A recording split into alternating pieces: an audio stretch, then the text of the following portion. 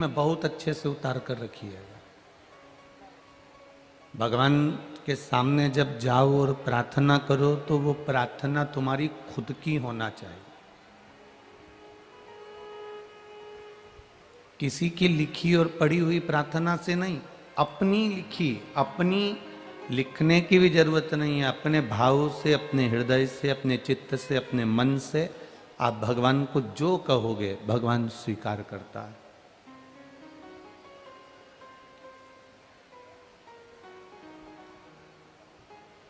आप जो कहें अपने इस मन से वो भगवान सुनेगा।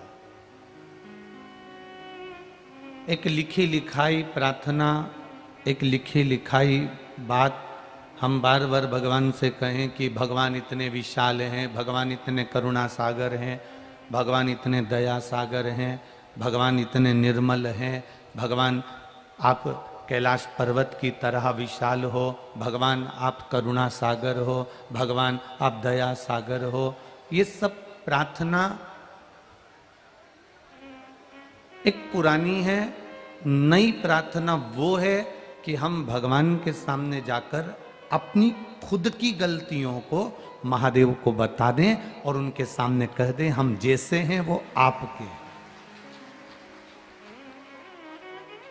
हम पापी भी हैं तो आपके हैं और हम पुण्यवान भी हैं तो आपके।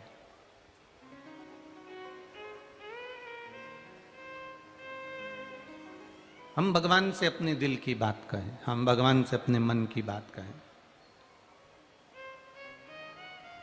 अपने हृदय की बात कहें। हम वही की वही बात भगवान से हमेशा कह दें कि तुम दया सागर, तुम करुणा सागर, तुम दयालु, तुम कृपालु, तुम ये तुम वो। भगवान कहते हैं ये सब दुनिया ने लिखा है, तेरे मन में जो लिखा है वो तू प्रार्थना के रूप में बोल। तेरे हृदय में जो चल रहा है तू वो प्रार्थना के रूप में बोल। तेरे हृदय में जो समाया है तू वो प्रार्थना के रूप में बोल। तेरे हृदय में क्या चल रहा है तू वो प्रार्थना के रूप में बोल। भगवान से जाकर कभी कभी भोलेनाथ जी से ये भी कह दिया करो कि लोग मेरी निंदा करें, बुराई करें, अपशब्द कहें, ताना दें, गाली दें, प्रभु तू मुझे ऐसा बना कर रखना कि मैं सब कुछ सुन सकूं। मुझे इतना बलवान बना देना कि मुझे सुनने की आदत हो जाए।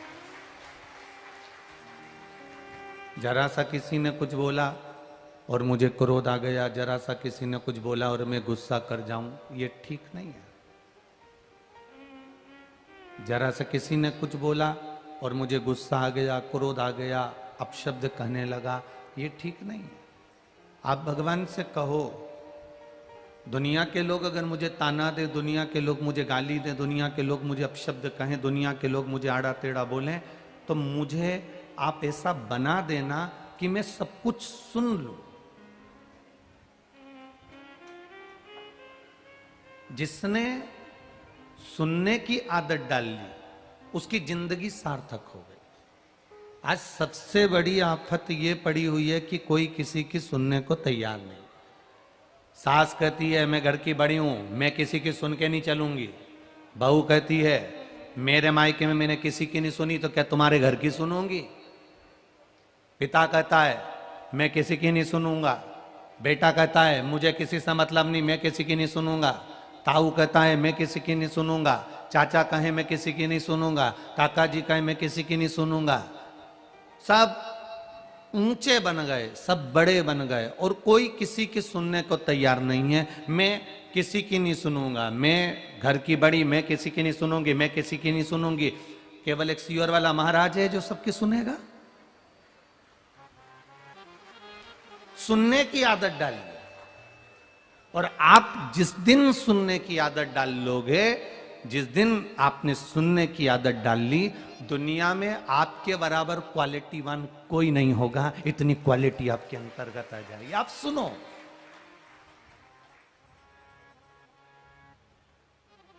हर गेंद पर छक्का और चौका नहीं लगाया जाता।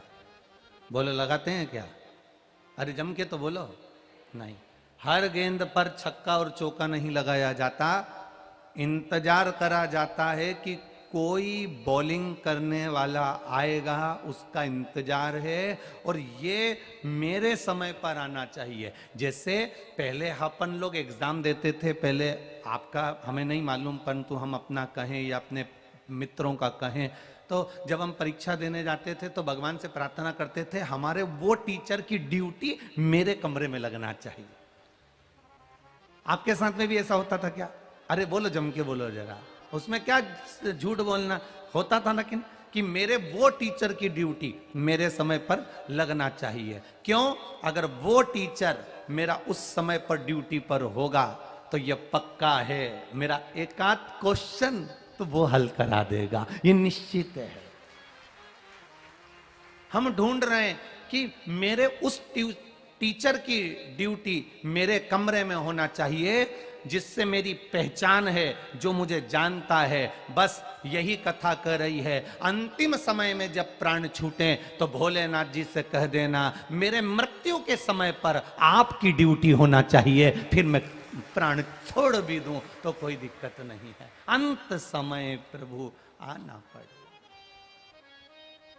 और अंत समय प्रभु आना पड़ेगा, वचन दिया तो निभाना पड़ेगा।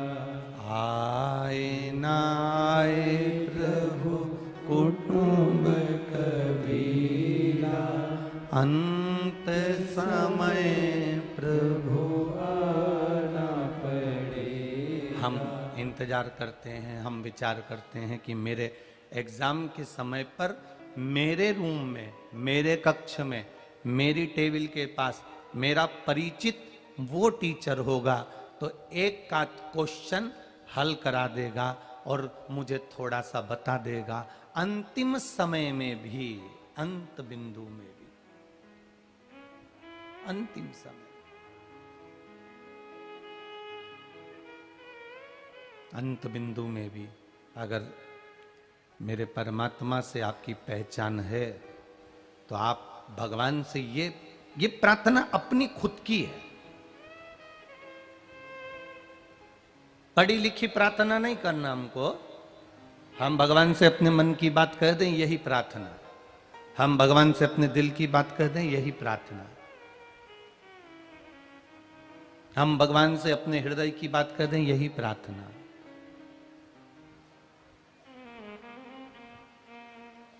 चिता जले उससे पहले हमें चेत जाना है। हमारे भीतर चेतन आ जाना चाहिए कि हमें भगवान के मंदिर तक जाना है। आरती उठे उससे पहले हमें भगवान की एक माला उठा लेना है और हाथ में एक लोटा जल उठा लेना है, क्योंकि आरती उठने के बाद ना जल चढ़ा पाओगे ना माला उठा पाओगे। अपनी माला, अपने हाथ का कलश, लोटा भर के जल स्वयं उठा लेना। आग लगे शरीर में अंत समय में, उससे पहले अपने भीतर के अहंकार को हमें जला देना है, अपने भीतर के अभिमान को हमें जला देना। चिता जले उससे पहले चेतना ले आओ। आरती उठे उससे पहले हाथ में एक बेलपत्र माला या हाथ में लोटा भर जल उठा लो, और आग लगे उससे पहले इस भीतर के अहंकार को जला दो, तो जिंदगी सार्थक हो जाएगी, परमात्मा की शरणागति तक पहुंच जाएगी। चेतना नहीं आई तो फिर जीवन बेकार।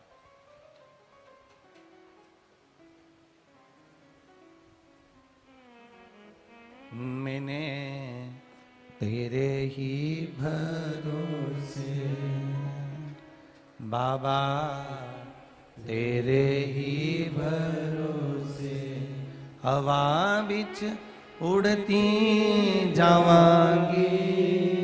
बाबा डोर हटो छठी नामे कटी जावांगी। भोले मैं तेरी पतंग शंभो में तेरी बदन। चिता जले उससे पहले चेतना है, अर्थी उठे उससे पहले हाथ में माला उठा लाए, आग लगे शरीर में उससे पहले अहंकार जल जाए तो ठीक है। एक पत्र किसी ने लिखा था, देखिए,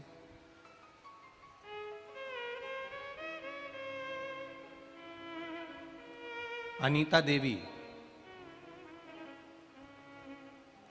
इनका घर है परसोनी, बारा जिला, नेपाल। कहीं बैठी हैं? कहीं बैठी हो तो हाथ हिलाइएगा। दिख गई? कहाँ बैठी है? अच्छा पीछे। अच्छा अच्छा, ठीक ठीक है, ऐसा हाथ हिला दो बहन। श्री शिवाय नमस्तुभ्यम। हाँ दिख गए हो बिल्कुल आखिरी में, ठीक है। परसोनी, बारा जिला, नेपाल से हूँ गुरुजी। मेरा मोबाइल नंबर ये है। मेरा नाम अनीता देवी है। मैं बीरगंज के पास वाले गांव परसोनी से हूँ। मेरी बेटी का नाम पल्लवी गुप्ता है। मेरी बेटी का एग्ज़ाम मेडिकल एग्जामिनेशन कमीशन के हिसाब से चिकित्सा शिक्षा आयोग नेपाल द्वारा लिया गया था। मैंने उस वक्त पशुपतिनाथ का व्रत किया मेरी बेटी के पास होने के लिए। मेरा एक व्रत टूट गया और बेटी जो एग्ज़ाम दे रही थी उसने भी एग्ज़ाम दिया पर पास नहीं हो पाई। कोई गलती हो गई होगी, व्रत पूरा भी नहीं हुआ और बेटी 2000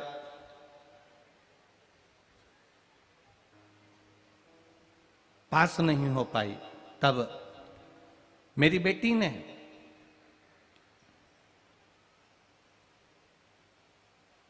एक ही एग्जाम उस समय पर दिया था, केवल मेडिकल का। ये जो मेडिकल का एग्जाम था गुरुजी, ये साल में एक बार दिया जाता है, जो मेरी बेटी ने दिया और पास नहीं हुई। गुरुदेव, हमने फिर 2023 में जनवरी महीने में पशुपतिनाथ का व्रत करना प्रारंभ करा और बेटी से भी इस व्रत के बारे में वर्णन किया और उससे भी करवाया। अब की बार मेरी बेटी ने कहा, तुम कहती हो कि महादेव सुनते हैं तो मैं 3 एग्जाम एक साथ दूंगी। अगर महादेव कृपा करें और तीनों एग्जाम में पास करें तो मैं मानूं कि कोई डोलेश्वर महादेव और कुबेरेश्वर महादेव है, तो मैं मानूं। और बेटी ने MBBS का एक एग्जाम, BDS का एक एग्जाम और फार्मेसी का तीसरा एग्जाम, ये 3 एग्जाम मेरी बेटी ने एक साथ दिए। 8 मार्च को, 8 तारीख को, 9 तारीख को और 11 तारीख को मेरी बेटी ने ये तीनों एग्जाम दिए। पहले मेरी बेटी MBBS के एग्जाम में पास नहीं हुई थी, अब की बार उसने 3 एग्जाम साथ दिए और बेलपत्री और शहद का प्रयोग कर कर विद्या अध्ययन में लग गई। और भगवान भोलेनाथ का मैं क्या वर्णन करूं गुरुदेव, मेरी बेटी जो 3 एग्जाम दी थी तीनों एग्जाम में पास हो गई। इसलिए मैं बाबा को यहां प्रणाम करने आया। ये शिव तत्व है। बैठिए बहन, हर हर महादेव, बैठिए। ये शिव तत्व है, ये ओघड़ी है। हमें लगता है क्या भगवान हमारी सुनता है? हमें लगता है क्या भगवान हमारी सुनता है? और शिव महापुराण की कथा कहती है, आप दिल से उसको पुकारो, आप दिल से उसको कहो, आप दिल से उससे निवेदन करो। अपने मन का जो भाव है, अपने हृदय का जो भाव है, भगवान को वो कहना। दूसरे का कहा या हमें नहीं कहना। अपने दिल से तो कुछ बोलो भगवान से। कभी कभी भोलेनाथ जी के मंदिर में जाओ और अपने मन की बात, हम ये भी नहीं कहेंगे कि हम जो बोल रहे हैं वो बोलो, आप तो अपने मन की बात भोलेनाथ जी के सामने जाकर कहो। मेरे जैसा पापी आपने कभी नहीं देखा होगा प्रभु। दिन भर काम में लगा रहता हूँ, दिन भर कमाने में लगा रहता हूँ, समय नहीं मिलता मेरे भोलेनाथ, आपके चरणों में आने का समय नहीं मिलता मेरे शंभू। आप कृपा करेंगे तो ये सांसारिक जीव आपके चरणों में जरूर आएगा। आप करो शिव जी से प्रार्थना, अपने मन की बात आप देवाधिदेव महादेव से कहो, अपने हृदय की बात आप भोलेनाथ जी से कहो। जो कहोगे वही प्रार्थना है। जो आपने भगवान से कहा वही प्रार्थना, जो आप भगवान से बोलोगे वही प्रार्थना।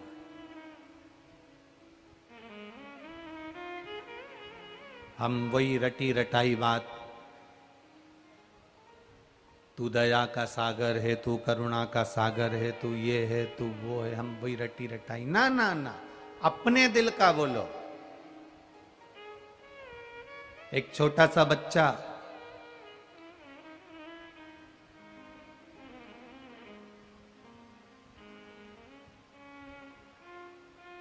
अपनी मां से कहता है, मां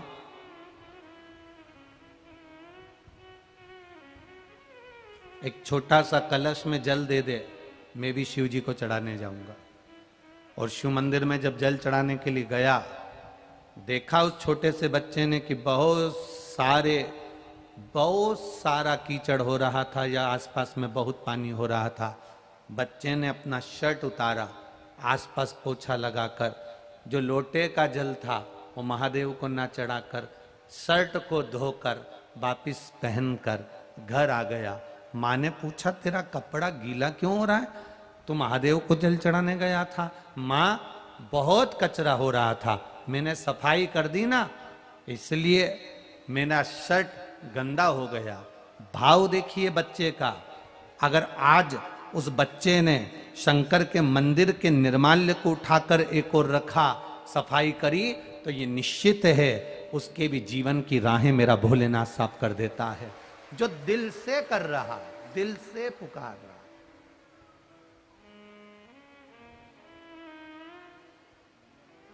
आपकी भक्ति, आपका भजन कभी खाली नहीं जाएगा। आप करो भगवान का भजन। शिव कथा कहती है,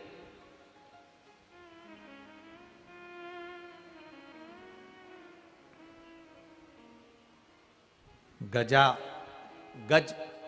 और असुर, ये डोलेश्वर महादेव की कथा बड़ी सुंदर इसमें वर्णन करी गई। गज और असुर ये दोनों का कोई संजोग बना होगा, और गज और असुर का संजोग बना और गजासुर एक राक्षस उत्पन्न हो गया जिसका नाम था गजासुर। अब ये जो गजासुर उत्पन्न हुआ, ये जो गजासुर पैदा हुआ था असुर प्रवृत्ति का, पर भगवान शिव की भक्ति के बिना रह नहीं पाता था एक क्षण भी।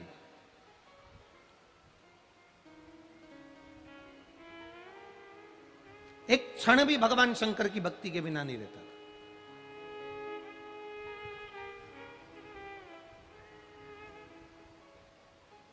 असुर था, राक्षस था। हम कई बार इस व्यासपीठ से कह चुके हैं, व्यासपीठ से वर्णन कर चुके हैं। आप मंदिर नहीं जा सकते, कोई बात नहीं। आप अपनी दुकान नहीं छोड़ सकते, कोई बात नहीं। आप अपना घर नहीं छोड़ सकते, कोई बात नहीं।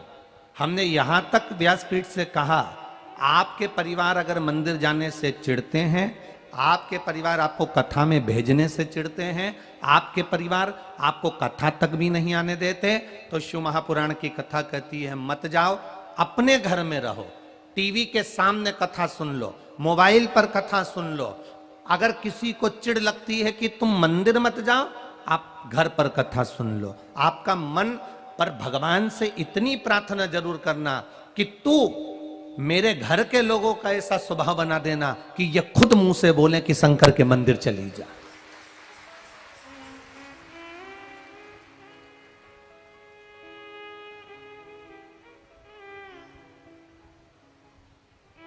कई लोग कहते हैं हमसे कि गुरुजी हम मंदिर जाते हैं ना तो लोग आड़ा टेढ़ा बोलते हैं, कोई हंसता है, कोई अपशब्द कहता है, कोई कहते हैं सियोर वालों महाराज की चेली आ गई, कोई कहे कुछ बोले, कोई कुछ बोले, कोई कहे कुछ उपाय कर रही है, कोई कहे टोना कर रही, कोई कहे टोटका कर रही।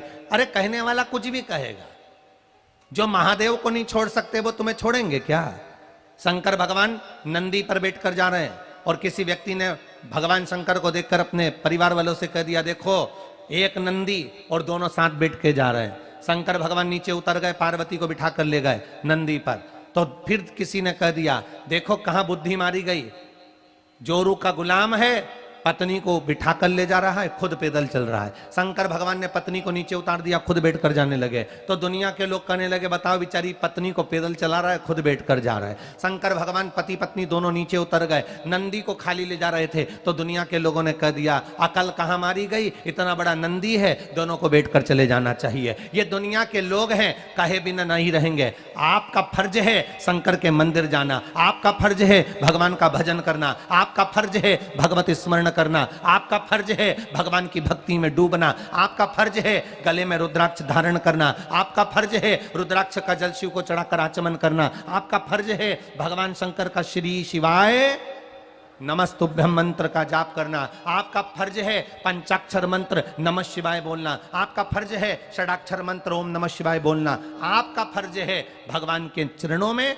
माता पिता के चरणों में, गुरुजन के चरणों में शीश नवाना, ये हमारा फर्ज है। कोई कहे इस शीश को नवाने से होता क्या है? हमने कहा ये शीश जो है ना, इसमें अहंकार भी भरा होता है, अभिमान भी भरा होता है, ज्ञान भी भरा होता है, वैराग्य भी भरा होता है, सब कुछ इसी के अंदर भरा है। सोचने समझने की शक्ति भी इसी के अंदर भरी रहती है। इसको परमात्मा के चरणों में रोज झुका देना चाहिए। क्यों? हमारे अंदर अगर अहंकार भरा होगा तो भगवान के चरणों में गिर जाएगा और भगवान उसमें ज्ञान भरकर हमें अपने घर तक पहुंचा देगा। अभिमत्ता परमात्मा के चरणों में गिर जाए, अहंकार परमात्मा के चरणों में गिर जाए और ज्ञान, निर्मल ज्ञान हमारे पास प्राप्त हो जाए। कहेंगे दुनिया के लोग क्या होता है मंदिर जाने से, कहेंगे दुनिया के लोग क्या होता है भगवान का भजन करने से। उनको ये पत्र जो कहे ना, उनको ये सारे पत्र जो नेपाल की इस वीरगंज में हम छोड़ कर जाएंगे, इन पत्रों को उन तक पहुंचा देना कि इनने भी भगवत भजन किया है, इनने भी स्मरण किया है।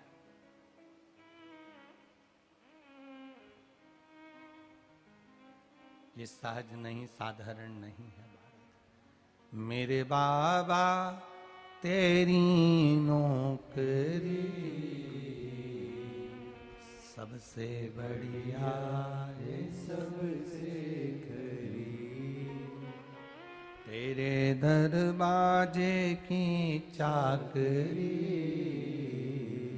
सबसे बढ़िया है, सबसे खरी। भगवान के दरवाजे की चाकरी, गुलामी, नौकरी, ये भगवान शिव की कृपा से प्राप्त होती है, भगवान शंकर की करुणा से प्राप्त होती है। मिल रही है शिव महापुराण की कथा, प्राप्त हो रही है शिव तत्व की कथा, आपको मिल रही है बाबा देवाधिदेव महादेव की पावन कथा। कहीं परमात्मा से प्रार्थना करना ये आपकी बड़ी करुणा है, बड़ी उदारता, ये आपकी बड़ी करुणा, बड़ी उदारता।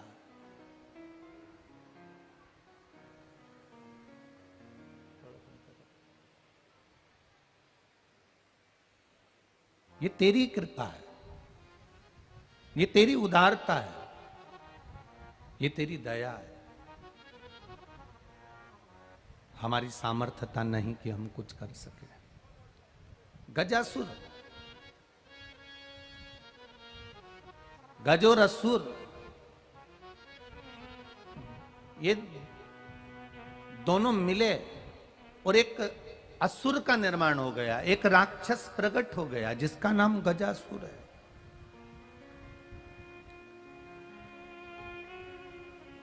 जिसका नाम गजासुर, और बड़ा भयंकर है, बड़ा भयंकर। कल आपको कथा में कहा था, देवता हैं तो भी शिव की आराधना कर रहे हैं, अप्सरा हैं तो भी शिव की आराधना कर रहे हैं, भगवान की आराधना में लगे। गंधर्व हैं तो भी शिव की आराधना कर रहे हैं, भगवान शिव की आराधना में लगे। आपका तरीका क्या है भगवान को पाने का? एक असुर प्रवृत्ति में रहने वाला गजासुर, जो असुर है, राक्षस प्रवृत्ति है उसकी, शरीर उसका मनुष्य का है, शीश उसका हाथी का है, गज का लगा हुआ है, वो गजासुर भगवान की भक्ति में रमा हुआ है असुर प्रवृत्ति का। इंद्र का लोक उसने अपना कर लिया, गरुण वरुण जितने भी लोक हैं सबको अपना बना लिया, बैकुंठ धाम तक पर उसने आक्रमण कर दिया, ब्रह्म लोक के ऊपर आक्रमण कर दिया उसने, संपूर्ण ब्रह्मांड को, संपूर्ण क्षेत्र को अपना बना लिया। पर भक्ति किसकी कर रहा है? तो कहा केवल एक देवाधिदेव महादेव की कर रहा है, बैठा है शिव भक्ति में डूबा हुआ है, डूबा।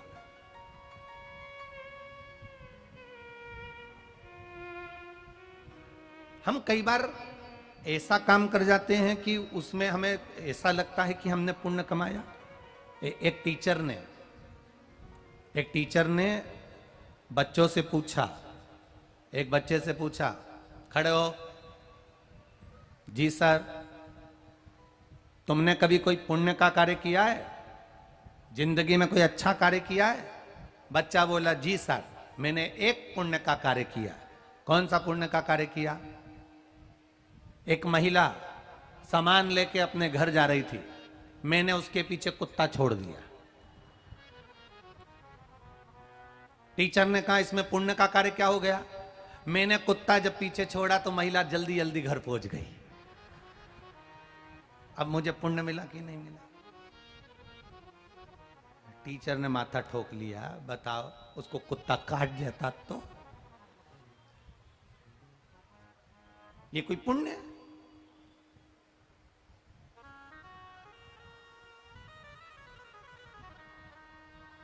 अब तुमसे कोई पूछे कि तुमने कोई पुण्य का कार्य किया, तो तुम में से कई माताएं कह देगी हाँ मैंने पुण्य का कार्य किया। कौन सा पुण्य का कार्य? हमारी पड़ोसन रिक्शा कर रही थी, वही रिक्शा मैंने 10 रुपए ज्यादा देकर कर लिया और कथा में पहुंच गई। अब ये पुण्य का कार्य? ये पुण्य का कार्य? ना ना, शिव कथा कर रही है। गजासुर ने सारा ब्रह्मांड अपना कर लिया था, सब कुछ अपना कर लिया था, पर शिव की भक्ति में ऐसा रम गया था गजासुर, ऐसा रम गया जैसे पार्वती जी ने शंकर भगवान की साधना करी, जैसे माता सती ने शिव जी की आराधना करी, जैसे माता उमा ने भगवान शिव की साधना करी, जैसे माता कात्यायनी ने भगवान शंकर की आराधना करी, जैसे माँ चंद्रघंटा ने भगवान देवाधिदेव महादेव की आराधना करी, जैसे माता उमा ने भगवान महेश की आराधना करी, ऐसी आराधना में गजासुर डूब गया। इनसे ज्यादा तप इस गजासुर ने करा था। जितना माता पार्वती जी ने तप नहीं करा, उससे दुगना तप गजासुर कर रहा है, एक राक्षस कर रहा है।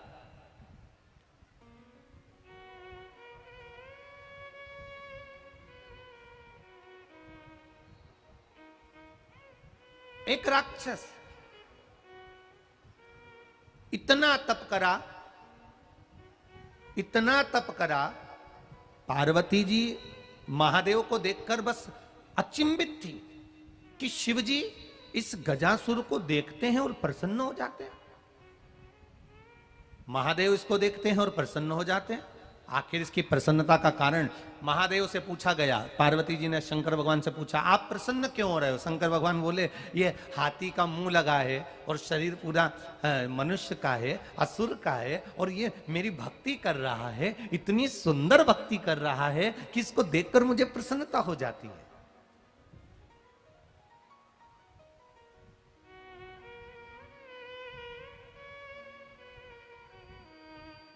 उसको देखकर मुझे बड़ी प्रसन्नता होती है।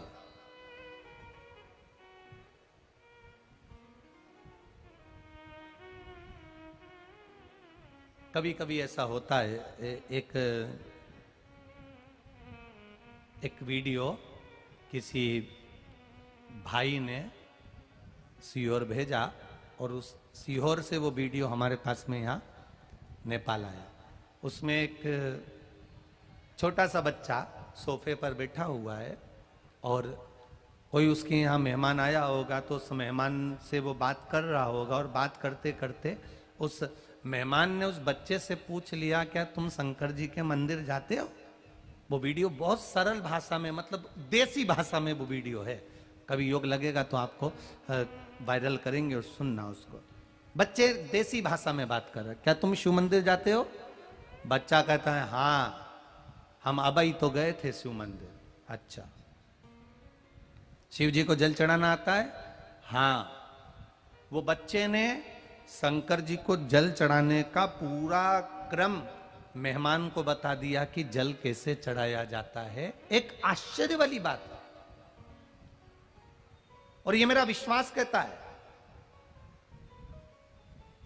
आप अपने बच्चे को लेकर मंदिर तक जाओ, शंकर मंदिर तक जाओ, आप एक बार जैसी पूजन करोगे शंकर जी की, वो बच्चा देख लेगा। दूसरी बार आप जान कर कर गलती करना, वो छोटा सा बच्चा आपको बता देगा कि दादी इधर जल चढ़ाओ, दादी ऐसा करो, दादी वैसा। वो छोटा सा बच्चा बता देगा कि आपको क्या करना है। एक दादी बस एक बार अपने पोते को साथ ले जाए, अगर घर का बुजुर्ग एक बार, माता पिता एक बार अपने बच्चों को ले जाए। और ये बिल्कुल सत्यता है, एक बार बच्चे के सामने मोबाइल में नंबर डायल कर कर अपना लॉक खोल लो, बस एक बार। तुम अपनी पत्नी को लॉक खोलना नहीं सिखा सकते, तुम अपने माता पिता को लॉक खोलना नहीं सिखा सकते, और तुम्हारा मोबाइल बस एक बार अपने बच्चे के सामने, छोटे से के सामने एक बार खोल लो, दूसरी बार वो खोल कर तुम्हारे हाथ में दे देगा। इतना ज्ञानवान संतान आज के जमाने में, इतनी ज्ञानवान संतान है।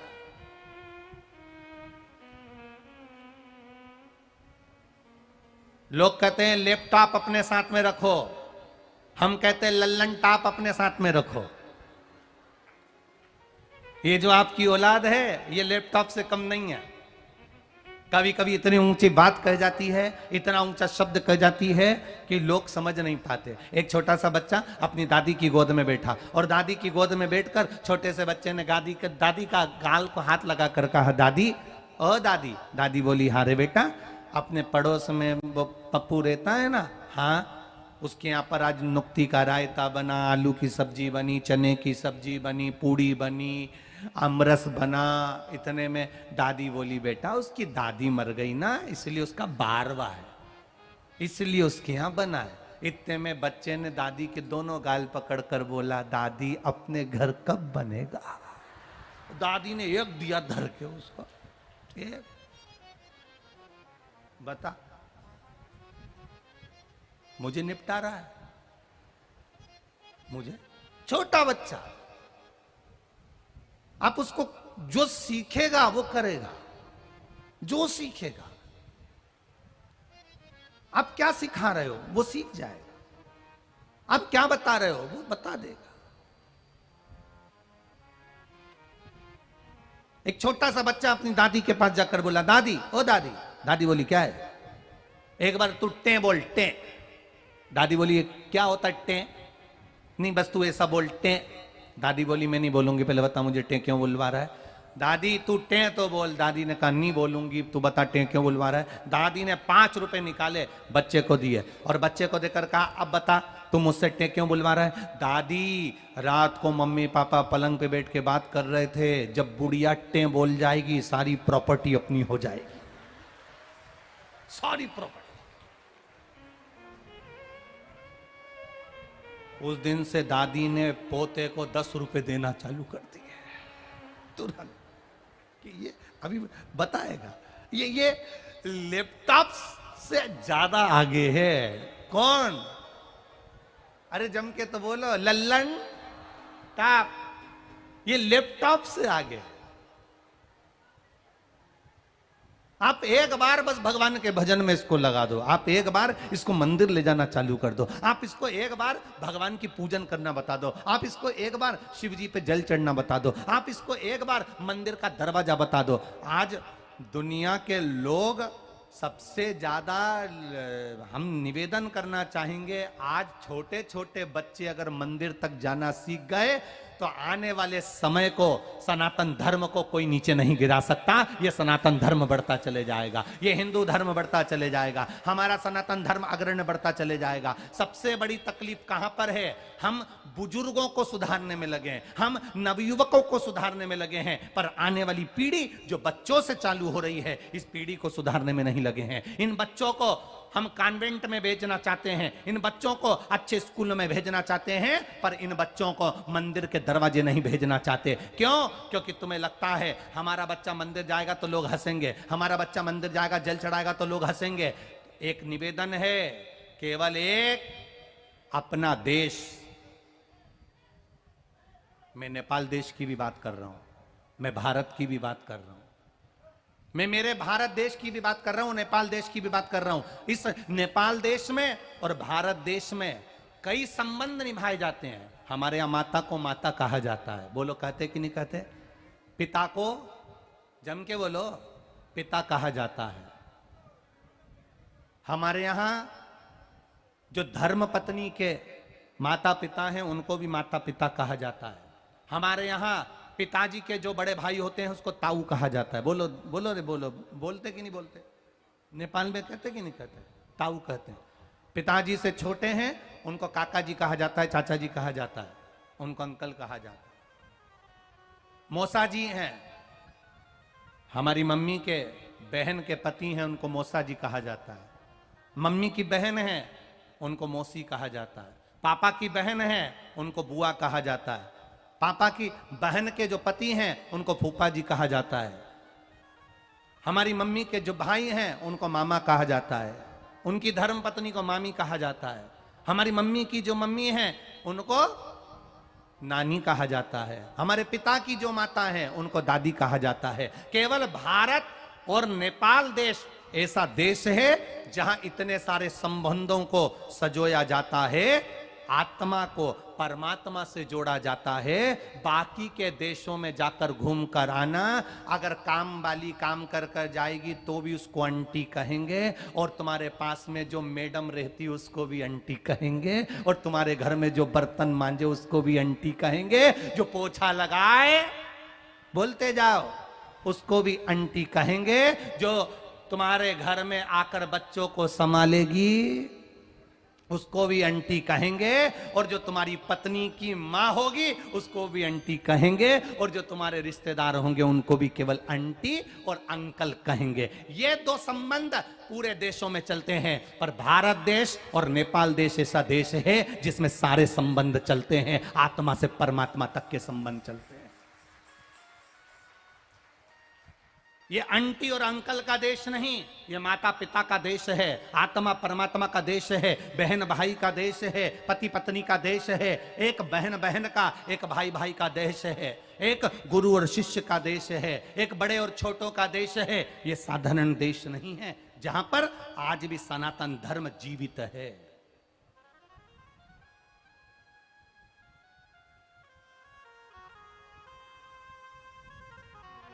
छोटे बच्चों को मंदिर तक ले जाओ, एक बार देख लेंगे ना, चालू हो जाएगा। एक बार, बस एक बार।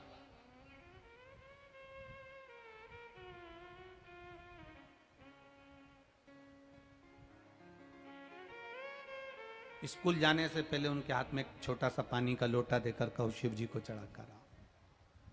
जो आज बचपन में शंकर भगवान को जो घर के बच्चे जल चढ़ाना चालू कर देते हैं, उनके घर का बुजुर्ग, जिसके बच्चे मंदिर की सीढ़ी चढ़ना प्रारंभ कर देते हैं, उसके घर के बुजुर्ग कभी वृद्धाश्रम की सीढ़ी नहीं चढ़ते हैं, बच्चे उनको संभाल लेते हैं। हमने बच्चों को पढ़ाओ, डॉक्टर बनाओ, इंजीनियर बनाओ, कलेक्टर बनाओ, तुम्हारी मर्जी पड़े सीए बनाओ, तुम्हारी मर्जी पड़े बच्चों को जो बनाओ, पर शिव महापुराण की कथा कहती है सबसे पहले संस्कारित बनाओ, क्योंकि आज के जमाने में कोई 4-6 बच्चों को जन्म नहीं देता, घर में एक बेटा एक बेटी सबके हैं, और अगर वही बेटा बहुत वीआईपी हो जाएगा तो बुढ़ापे में पानी तुमको कौन पिलाएगा। इसलिए अपने बच्चों को संस्कार देकर चलना, तो बुढ़ापा थोड़ा सा सुधर जाएगा। नहीं तो इतना किसके लिए कर रहे हो जब घर का बेटा ही तुमको बुढ़ापे में पानी ना दे, अवस्था में जल ना दे, क्या मतलब का जीवन। एक असुर गजासुर राक्षस है, राक्षस प्रवृत्ति का है, फिर भी शिव तत्व को जान रहा है।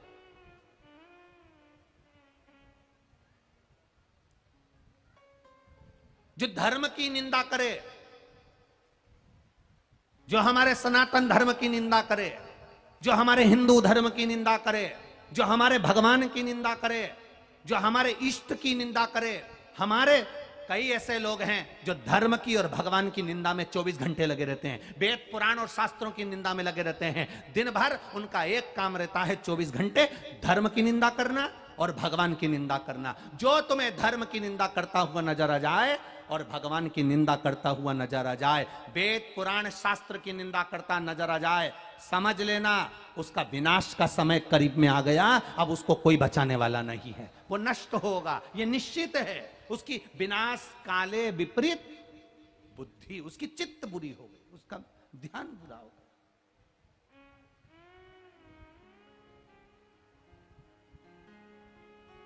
शंकर जी भांग पीते हैं। लोगों ने कहा हमने आज तक नहीं देखा, नेपाल वालों ने देखा हो तो हमको बता देना कि तुमने कहां देखा।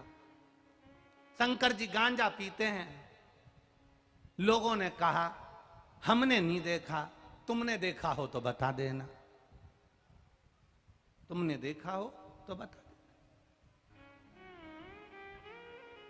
लोग कहते हैं शंकर जी भांग पीते हैं इसलिए हम भी, अरे बोलो जम के, पीते हैं। शंकर जी गांजा पीते हैं तो हम भी, बोलो बोलो जम के बोलो, जरा अच्छे से बोलो, आवाज नहीं आई। इसलिए हम भी कभी कभी गांजा पीते हैं। तो हमारा निवेदन है, शंकर जी जहर पीते हैं, तुम भी तो एक बार पी के बता दो, या तो इस पार या उस पार। सनातन धर्म में देवताओं को बदनाम करने की लोगों ने ठान रखी है। शिव जी के फोटो बना दिए चिलम पीते हुए, शंकर जी के फोटो बना दिए भांग घोटते हुए, शिव जी के फोटो बना दिए भांग पीते हुए, शंकर जी के फोटो बना दिए चिलम पीते हुए। यह हमारा सनातन धर्म नहीं कहता कि देवताओं पर आक्षेप लगाया जाए, देवताओं पर उंगली उठाई जाए। शंकर भगवान ना भांग पीते ना गांजा पीते। शंकर भगवान तुम्हारे दुख को पी जाते हैं, तुम्हारे कष्ट को पी जाते हैं, तुम्हारे रोग को पी जाते हैं। इसलिए उसका नाम महामृत्युंजय है, जो मृत्यु को जीत रहा हो। अकाल मृत्यु वो मरे जो काम करे चंडाल का, काल उसका क्या बिगाड़े जो भक्त हो महा काल का।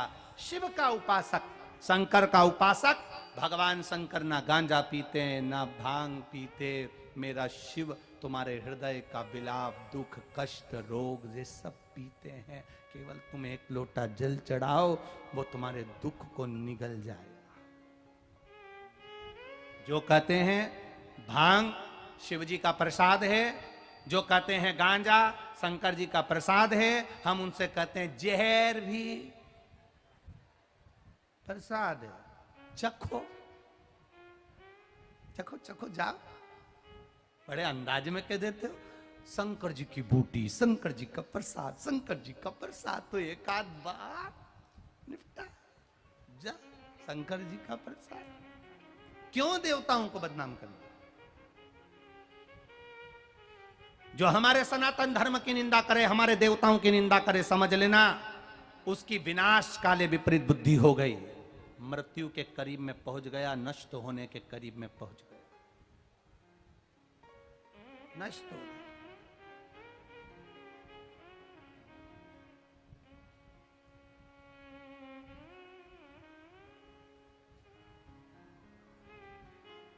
पूरी दुनिया में इस नेपाल देश ने अपना रुद्राक्ष पूरी दुनिया में दिया है। शिव जी के अश्रु से गिरा हुआ एक आंसू से जो रुद्राक्ष का पौधा उत्पन्न हुआ, वो रुद्राक्ष के पौधे से जो रुद्राक्ष उत्पन्न हुआ, शिव जी कहते हैं विद्येश्वर संहिता में, ये मेरा स्वरूप है, मेरा स्वरूप। एक मुखी से लेकर 14 मुखी तक रुद्राक्ष का वर्णन शिव महापुराण में है। स्कंद पुराण में 21 मुखी तक है और अन्य पुराणों में और आगे तक वर्णन किया गया। सबसे ज्यादा कठिन में मिलने वाला एक मुखी रुद्राक्ष होता है। एक मुखी रुद्राक्ष और एक मुखी व्यक्ति बहुत कठिन मिलता है। आज के जमाने में व्यक्ति भी एक मुखी नहीं मिलता कि अपनी बात पर टिका रहे, तुरंत दो मुखी हो जाता है, तुरंत दो मुखी। यहां कुछ बोलेगा, वहां कुछ बोलेगा। करवा चौथ पे पति को प्रणाम करेगी और बाद में पंचमी को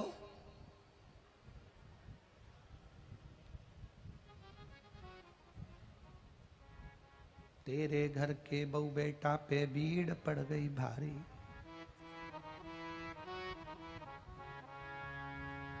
दानव दल पर टूट पड़ो मां करके सिंह सवारी, मायके ससुराल पे हो तुम तो भारी, ओ मेरी घर।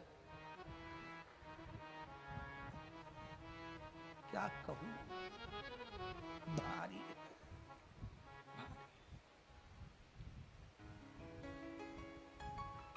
अभी कर रही थी करवा चौथ के दिन तुम्हारा मुख देखकर आज मेरा जीवन धन्य हो गया, मुझे आशीर्वाद दो, अखंड सौभाग्यवती रहूं। और दूसरे दिन कह रही थी तुमसे शादी कर कर मेरी जिंदगी नरक हो गई, तुम ही लिखे थे मेरी किस्मत में। आंख में लगा था काजल फैल के बिल्ला जैसा हो गया, तुम ही लिखे थे मेरी किस्मत में।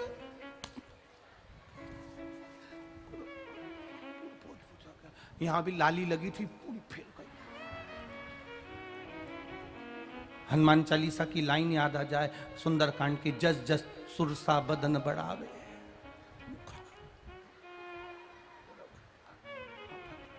कहां निवेदन है, शिव महापुराण की कथा कर रही है। आप ज्यादा आदर नहीं दे सकते, मत दो, पर 4 लोगों में, 10 लोगों में, अपने मायके में, अपने ससुराल में कभी अपने पति की इज्जत घटने मत दो। बस इतना सा निवेदन है।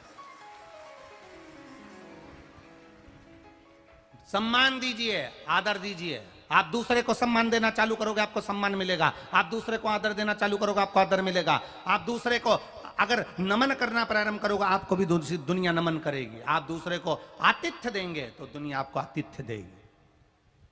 कहां गया हमारा विश्वास? कहां?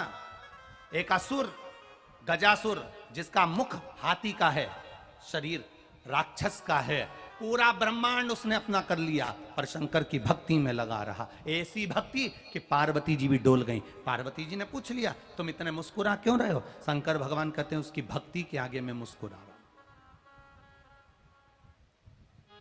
भक्ति के आगे।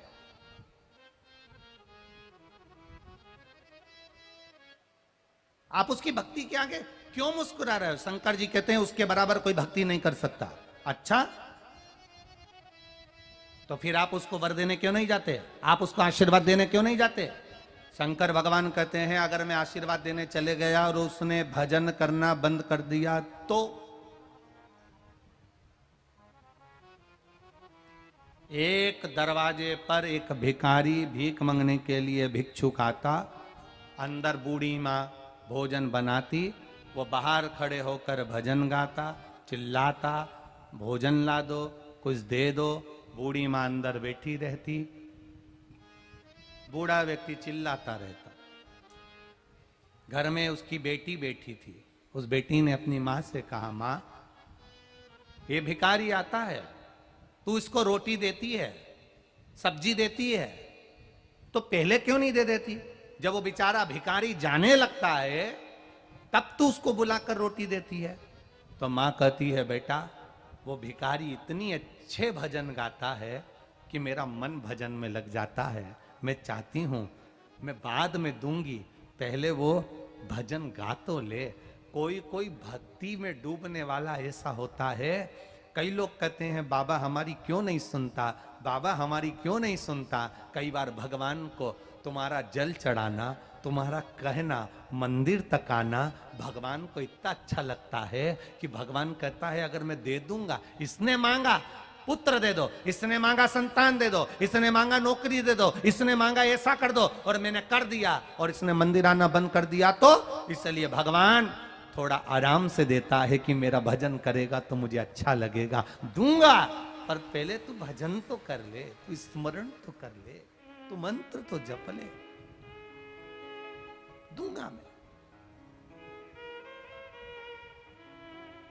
हम कहते हैं श्री शिवाय नमस्तुभ्यं।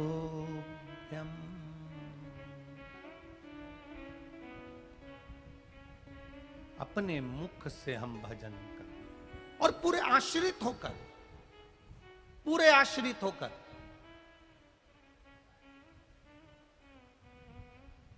संपूर्ण तरह से आश्रित हो जा परमात्मा पे, पूरे आश्रित हो जा भगवान पे।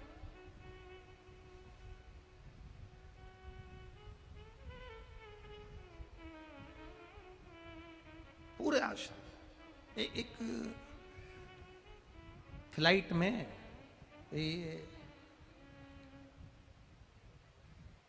बीरगंज से काठमांडू की फ्लाइट उड़ी, समझना तुम्हारी भाषा में समझा रहा। अपन ज्यादा दूर की बात नहीं कर रहे हैं कि कर ले रहे। बीरगंज से काठमांडू की फ्लाइट उड़ी, सब बैठे, सारे के सारे उसमें बैठ गए। एक छोटा सा बच्चा, एक छोटा सा, एक बेटी, एक बेटा, छोटा सा उसमें बैठ गया और उसने अपने बैग में से, छोटे से बैग में से, जिसमें वो पानी की बोतल ले गया था, जिसमें वो अपना कुरकुरा रख कर ले गया था, जिसमें वह पर्स रख कर ले गया था, उस बैग में से उसने खेलने के लिए, गेम खेलने का एक इतना बड़ा उसने छोटा सा मोबाइल निकाला और वो गेम खेलने लगा। बच्चा खेल रहा है गेम, वो बच्ची गेम खेल रही। कहां से उड़ी फ्लाइट? जम के बोलो जरा। बीरगंज से कहां जा रही है? काठमांडू। और फ्लाइट उड़ी और बच्ची गेम खेलने में लग गई। बस फ्लाइट उड़ी थी, उड़ी और बादल गड़बड़ हो गए और फ्लाइट डोलने लगी।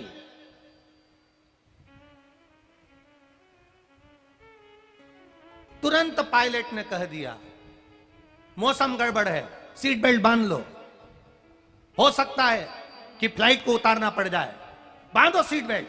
और फ्लाइट डोल रही थी। सब जितने बैठे थे सब भगवान को याद करने लगे, अब तो गए, इतना गंदा मौसम, पूरी डोल रही है फ्लाइट। और ये जो बच्चा था, ये जो बच्ची थी, ये गेम खेल रही थी, हंस रही थी, मुस्कुरा रही थी। आखिरी में बड़ी मुश्किल से काठमांडू में फ्लाइट उतरी। सब ने उस बच्ची से पूछा, हम सब इतने डर रहे थे, तू नहीं डर रही थी? उसने कहा क्यों? पूरी फ्लाइट ऊंची नीची हो रही थी, स्वयं पायलट डर रहा था, तुझे डर नहीं लगा?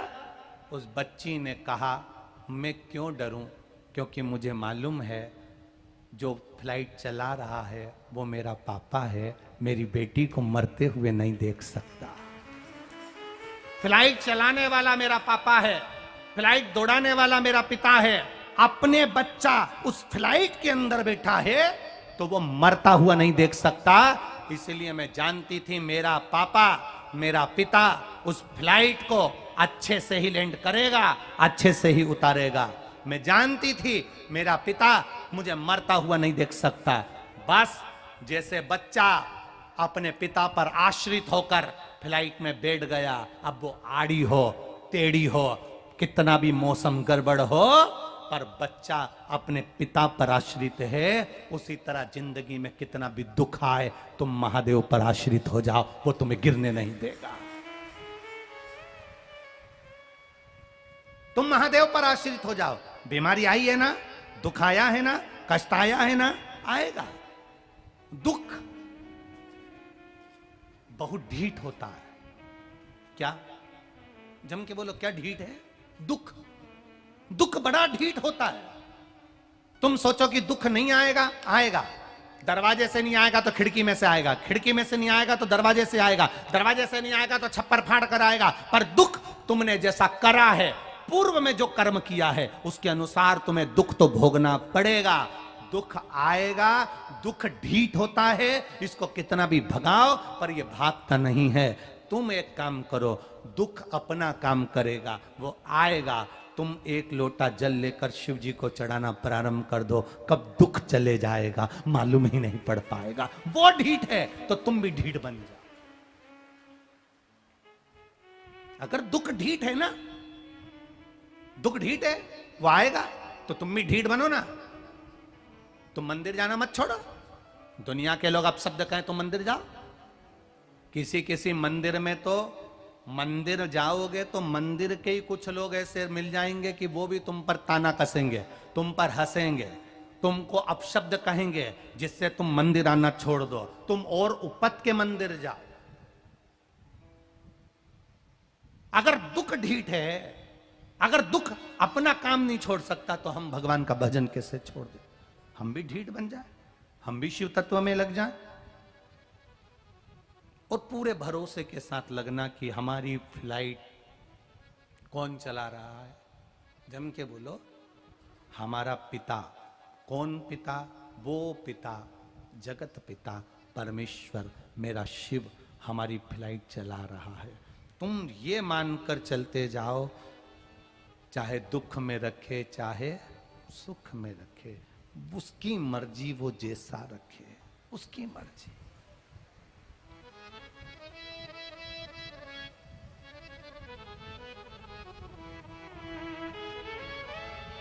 उसका मन।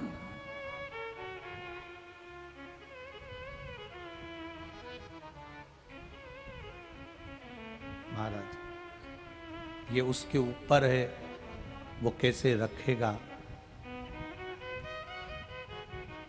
उसके ऊपर है, वो किस तरह से रखेगा, ये उसके ऊपर आधारित है।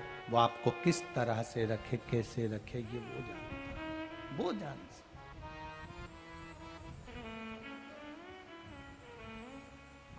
आप उस पर आश्रित हो लो। चाहे दुख में रखे चाहे सुख में रखे, मेरा भोला अपने चरण में रखे। जहां रखे, दुख में रखना हो दुख में, सुख में रखना हो सुख में। दुख ढीठ है तो अपन भी ढीठ बन जाओ। मंदिर जाना नहीं छोड़ना, श्री शिवाय नमस्तुभ्यम कहना नहीं छोड़ना, एक लोटा जल चढ़ाना नहीं छोड़ना।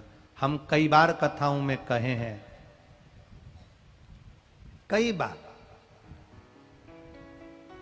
और आज विश्वास के साथ कहकर जा रहे हैं, विश्वास के साथ, खेतान जी भरोसे के साथ कहकर जा रहे हैं। शिव महापुराण की कथा की शुरुआत नेपाल देश में हमारा प्रवेश हुआ, शिव कथा प्रारंभ हुई है, और ये हमारा विश्वास करता है। कोरोना महामारी में भारत देश भी जूझ रहा था, तब ये शिव महापुराण चल रही थी, लोग सुन रहे थे, और हमारा देश उन्नति की ओर बढ़ा। आज फिर कह रहे हैं, नेपाल देश में इस कथा की शुरुआत शिव पुराण की हुई है। बाबा चाहेगा तो अब मेरा भोलेनाथ यहां भी लक्ष्मी बरसाने में पीछे नहीं हटेगा। ये देश का भी उत्थान निश्चित है।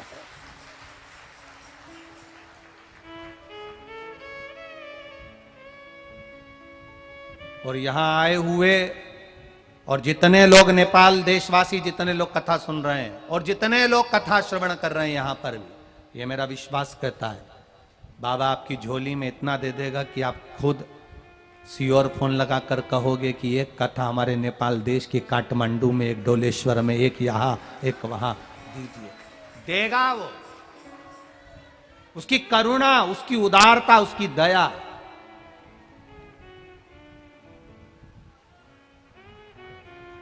और धन्य है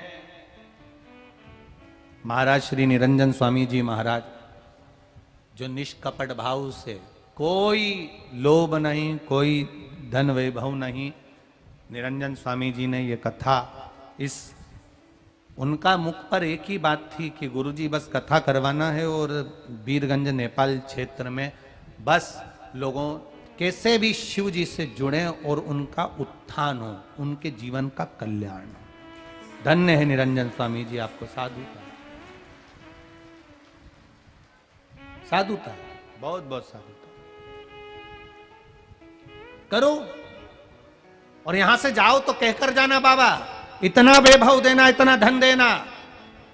माना हमारे जीवन के सारे होता है, सब देश में, सब राष्ट्र में उठा पतल चलती रहती है, ऊंच नीच चलती रहती है, पर हमारा देश में ऐसी संपदा और ऐसी समृद्धि देना कि हमारा राष्ट्र फिर उत्थान की ओर बढ़े, फिर अग्रण्य बढ़े और शिव तत्व की ओर बढ़े और भजन की ओर बढ़े। खाली न जाता कोई दर से तुम्हारे, मैं भी खड़ा हूँ बाहें पसारे, अपने हृदय से लगा लो, गिरा जा रहा हूँ, उठा लो, उत्थान की ओर बढ़े, अग्रण्य बढ़े। भगवान की भक्ति में जितना रमोगे, शंकर के मंदिर जाओ, एक लोटा जल चढ़ाओ, शिव भक्ति करो, शंकर का गुणगान करो, भगवान शंकर का स्मरण करो, भगवान शंकर की भक्ति में डूब जाओ। क्या देंगे पता नहीं, क्या करेंगे पता नहीं। दुनिया के लोग आपसे कहें शंकर जी को लोटा भर जल चढ़ाने से क्या होगा, शिव मंदिर जाने से क्या होगा, हमको कोई मतलब नहीं, हमें क्या पता वो क्या देगा नहीं देगा, हम तो जा रहे हैं। तेरे दरवाजे पर आना मेरा काम है और मेरी बिगड़ी बनाना तेरा काम है। अभी एक कथा कही थी अकोला में, उसमें कहा था एक राजा के दरवाजे पर एक नौकरानी झाड़ू लगाने का काम करती थी, बूढ़ी हो गई झाड़ू लगाते लगाते, बूढ़ी। राजा को दया आ गई, राजा ने एक कोहिनूर हीरा झाड़ू के पास पटक दिया, झाड़ू लगाते लगाते उसको हीरा मिल गया। उसने हीरे को गठरी बांधकर घर ले गई। घर गई, हीरा इतना कीमती था कि उसकी 7 पीढ़ी भी बैठकर खाए तो धन की कमी ना आए। गाड़ी बंगला जमीन जायदाद सत्ता वैभव सब कर लिया, ऊंचा बंगला बना लिया, अच्छे से रहने लगी। रानी ने राजा से कहा उसको हीरा मिल गया, अच्छा करा आपने दे दिया, बहुत गरीबड़ी थी, झाड़ू लगाते लगाते बूढ़ी हो गई थी, आपने अच्छा हुआ उसको हीरा दे दिया। राजा बोले उसके शरीर से अब बनता नहीं था ना, इसलिए मैंने हीरा पटक दिया जिससे अब वो झाड़ू लगाने नहीं आए। दूसरे दिन झाड़ू लगाने फिर आ गई, जिसकी गाड़ी हो गई, बंगला हो गया, सत्ता हो गई, वैभव हो गया, सब कुछ उसके पास में आ गया और झाड़ू लगाने फिर पहुंच गई, वापिस झाड़ू लगा रही। राजा ने ऊपर से पूछा उस सेविका से, नौकरानी से, कि तुमको हीरा नहीं मिला था? मिल गया, कोहिनूर हीरा था राजन, आपने जो हीरा दिया मेरी 7 पीढ़ी हाथ पैर नहीं हिलाएगी तो भी बैठ कर खाएगी, ऐसा हीरा तुमने दिया। तो फिर झाड़ू लगाने क्यों आ गई तुम? सुबह से वापिस झाड़ू लगाने क्यों आ गई? वो नौकरानी सेविका कहती है महाराज जिस दरवाजे से हीरा मिला है उस दरवाजे को कैसे छोड़ दूं, इसलिए मैं द्वार तक आई हूं।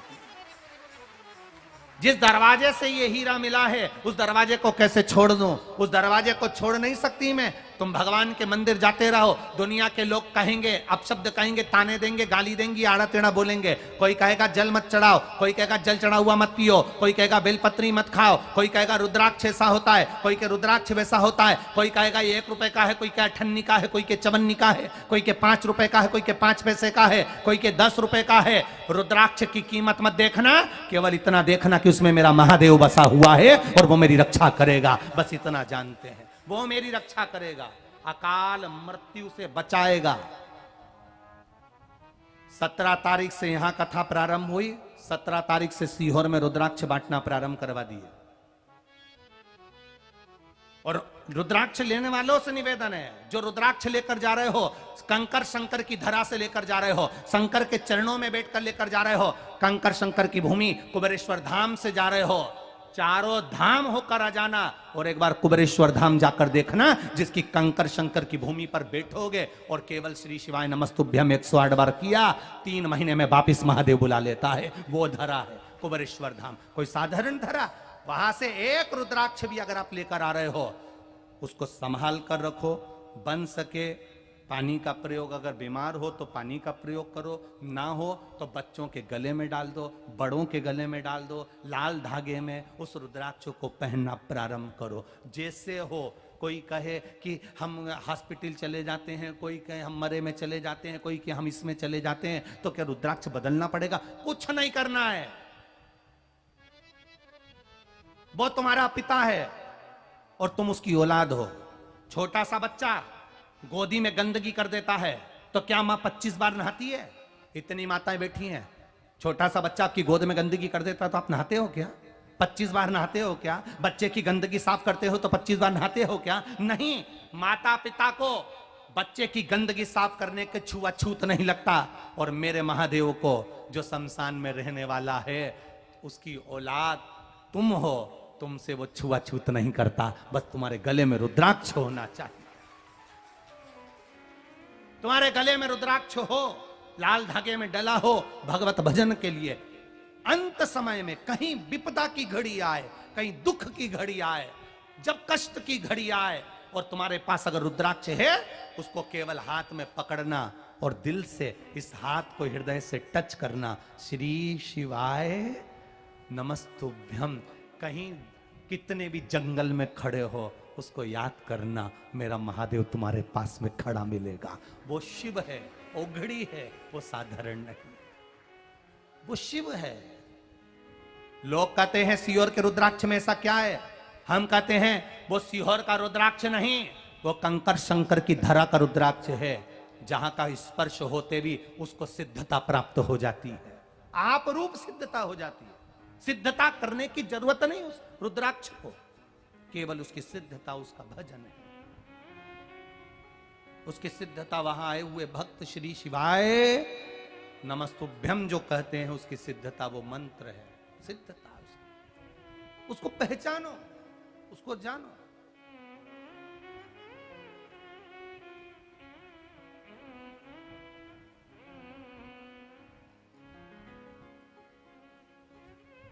सहजता मेरा शिव में,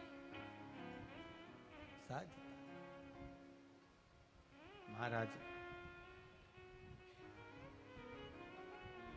वो सहज नहीं, देने में पीछे नहीं हटता। इतने इतने पत्र यहाँ आते हैं, ये पत्रों को हम भी नहीं पढ़ पाते। 1-2 पत्र कुछ पढ़ते हैं, बाकी के ये इतने पत्र कहाँ आप लोगों ने अपने अपने भाव इन पत्रों में लिखे हैं। इतने भाव लिखे हैं कि इनको पढ़ो, सुनाओ, बनाओ नियम शिव जी के द्वार जाने का।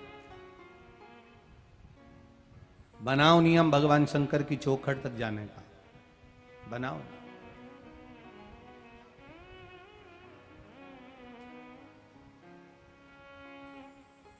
बनाओ। सहजता नहीं है शिव, सहजता। वो कहे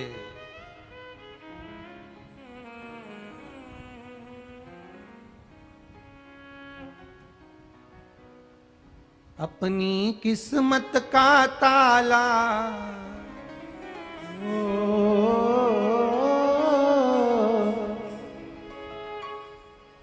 अपनी किस्मत का ताला तुम खोलते चलो, श्री शिवाय नमस्तुभ्यं तुम बोलते चलो, श्री शिवाय नमस्तुभ्यं तुम बोलते चलो, श्री शिवाय नमस्तुभ्यं तुम बोलते चलो, श्री शिवाय नमस्तुभ्यं तुम बोलते चलो। अपनी किस्मत का ताला, अपनी किस्मत का ताला तुम खोलते चलो, श्री शिवाय नमस्तुभ्यं तुम बोलते चलो, श्री शिवाय नमस्तुभ्यं तुम बोलते चलो, श्री शिवाय नमस्तुभ्यं तुम बोलते चलो, श्री शिवाय नमस्तुभ्यं तुम बोलते चलो।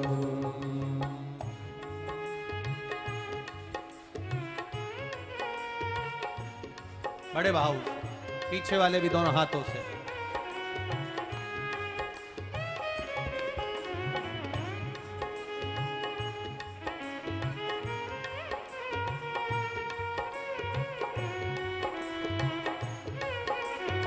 शंभो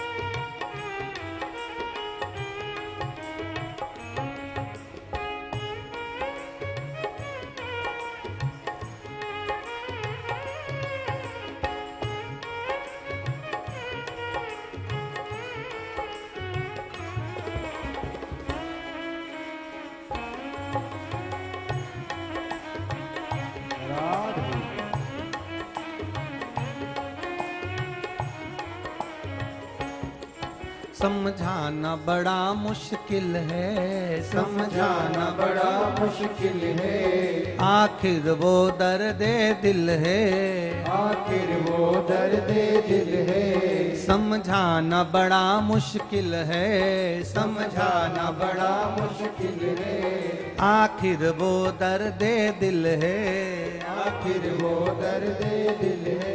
सच्चा दरबार लगा है ये भोले की महफिल है, सच्चा दरबार लगा है ये भोले की महफिल है, सच्चा दरबार लगा है ये भोले की महफिल है, सच्चा दरबार लगा है ये भोले की महफिल है। नैनों को डमरू वाले का, नैनों को काशी वाले का, नैनों को डमरू वाले का दीदार चाहिए, वो काशी रहने वाला भोलानाथ चाहिए, वो काशी रहने वाला भोलानाथ चाहिए। नैनों को काशी वाले का हो, नैनों को डमरू वाले का हो, नैनों को काशी वाले का दीदार चाहिए, वो काशी रहने वाला भोलानाथ चाहिए, वो काशी रहने वाला भोलानाथ चाहिए। अपनी किस्मत का ताला हो, अपनी किस्मत का ताला तुम खोलते चलो। श्री शिवाय नमस्तुभ्यं तुम बोलते चलो। श्री शिवाय नमस्तुभ्यं तुम बोलते चलो।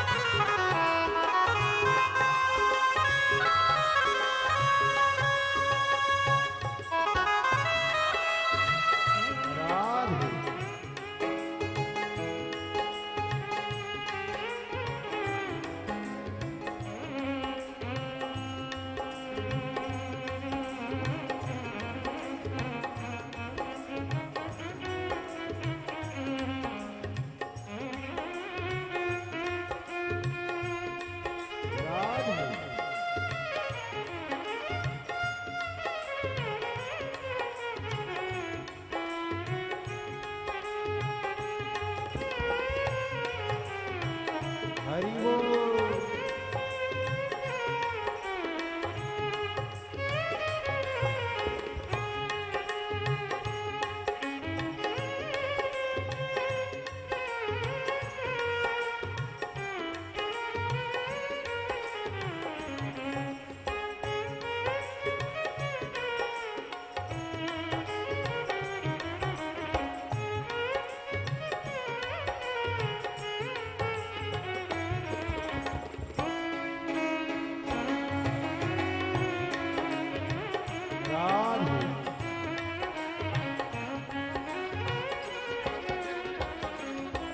कुछ कमी न अरमानों की, कुछ कमी न अरमानों की, तेरे इन दीवानों की, तेरे इन दीवानों की। कुछ कमी न अरमानों की, कुछ कमी न अरमानों की, तेरे इन दीवानों की, तेरे इन दीवानों की। मुझको मदहोश बनाए कतार तेरे नैनों की, मुझको मदहोश बनाए सरकार तेरे नैनों की। मुझको मदहोश बनाए कतार तेरे नैनों की, मुझको मदहोश बनाए सरकार तेरे नैनों की। नैनों को डमरू वाले का, नैनों को काशी वाले का, नैनों को डमरू वाले का दीदार चाहिए। वो काशी रहने वाला भोलानाथ चाहिए, वो काशी रहने वाला भोलानाथ चाहिए। अपनी किस्मत का ताला हो, अपनी किस्मत का ताला तुम खोलते चलो। श्री शिवाय नमस्तुभ्यं तुम बोलते चलो। श्री शिवाय नमस्तुभ्यं तुम बोलते चलो। ओ श्री शिवाय नमस्तुभ्यं तुम बोलते चलो।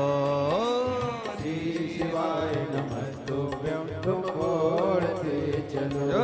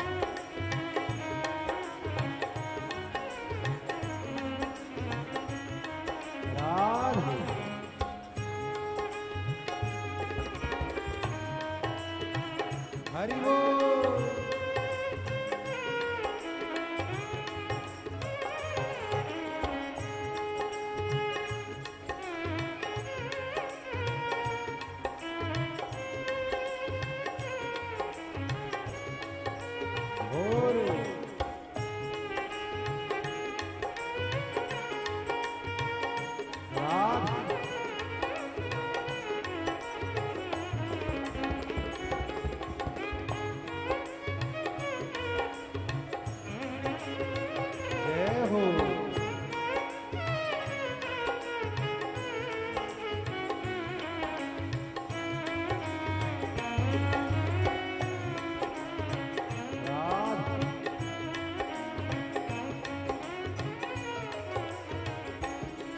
भक्तों के तुम प्यारे हो, भक्तों के तुम प्यारे हो, तुम जिगरी दिल वाले हो, तुम जिगरी दिल वाले हो। कितनों पे डोरे डाले तेरे नैन बड़े मत वाले, कितनों पे डोरे डाले तेरे नैन बड़े मत वाले। नैनों को डमरू वाले का, नैनों को डमरू वाले का, नैनों को काशी वाले का।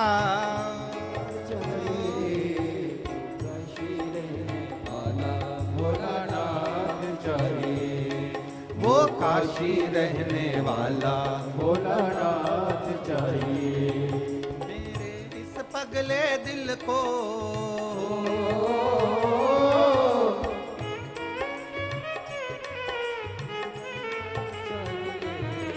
वो काशी रहने वाला भोलानाथ चाहिए, वो काशी रहने वाला भोलानाथ चाहिए। अपनी किस्मत का ताला हो, अपनी किस्मत का ताला तुम खोलते चलो। श्री शिवाय नमस्तुभ्यं तुम बोलते चलो। श्री शिवाय दोनों हाथों से बोलते चलो। ओ श्री शिवाय नमस्तुभ्यं तुम बोलते चलो। श्री शिवाय नमस्तुभ्यं तुम बोलते चलो। श्री शिवाय नमस्तुभ्यं, शिवाय नमस्तुभ्यं, ओ श्री शिवाय नमस्तुभ्यं, शिवाय नमस्तुभ्यं, ओ श्री शिवाय नमस्तुभ्यं, शिवाय नमस्तुभ्यं, हाँ श्री शिवाय नमस्तुभ्यं, शिवाय नमस्तुभ्यं, ओ श्री शिवाय नमस्तुभ्यं, शिवाय नमस्तुभ्यं, हाँ श्री शिवाय नमस्तुभ्यं, शिवाय नमस्तुभ्यं। हार हार महादेव। अपने स्थान पर बैठकर भगवान शिव से अपने हृदय की बात बड़े भाव के साथ में करें, दिल से।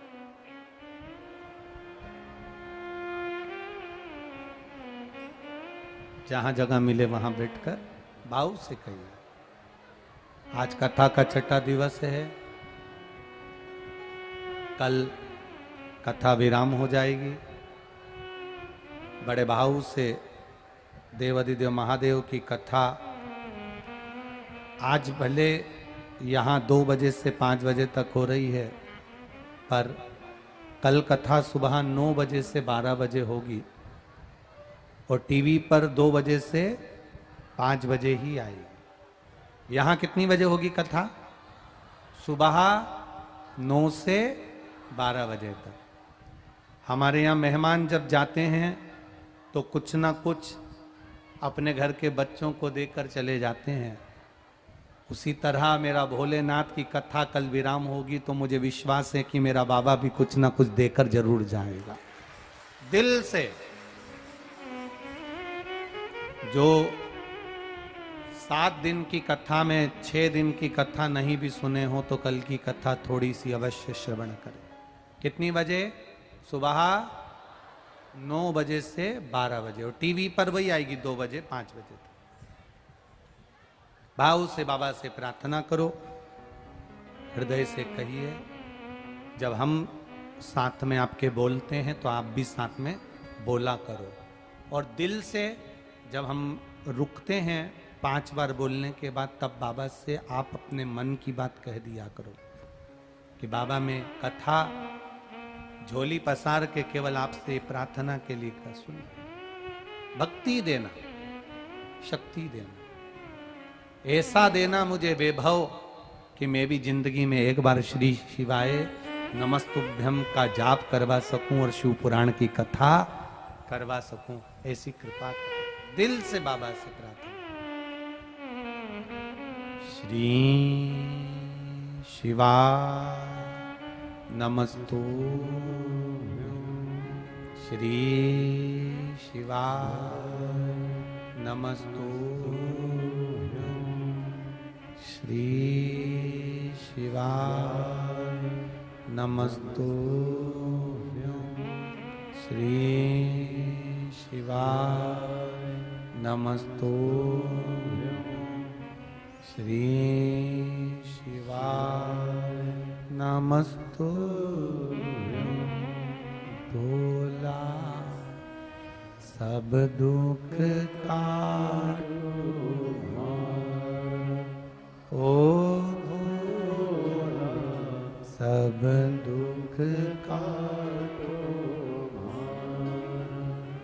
शिव शंकर जपूं तेरी माला, बोले बाबा जपूं तेरी माला, भोला सब दुख काटो मारा। ओ भोला सब दुख काटो मारा। वेश है मंगलकारी, वेश है मंगलकारी। शमशान वासी हमारा, शमशान वासी हमारा। ओ भोला सब दुख काटो मारा। ओ भोला सब दुख काटो मारा। शिव कथा कहती है, आप अकेले चिल्लाते रहोगे कोई नहीं सुनेगा, पर 10 लोग एक साथ चिल्लाओगे तो कोई ना कोई सुनेगा। जब इतने लाखों लोग एक साथ कहते हैं कि भोला सब दुख, हम भगवान से जब एक साथ प्रार्थना करते हैं तो बाबा सुनकर हमारा दुख जरूर काटता है। इसलिए 3 महीने में बाबा झोली भर ही देता है, ये निश्चित है। काटेगा तो। क्यों कहते हैं कि शिव महापुराण की कथा के पंडाल में जाकर बैठने पर बाबा सुनता है? उसका कारण केवल यही है, इतने लोग एक साथ प्रार्थना करते, एक साथ कथा सुनते, एक साथ प्रार्थना करते, तो वो एक सुनता, देता, करुणा कर। शिव कथा कह रहे हैं।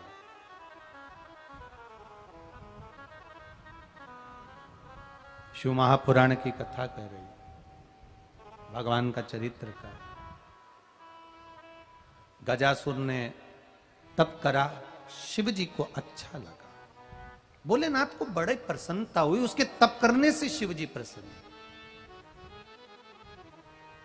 किसी किसी के तप करने से प्रसन्नता आ जाती।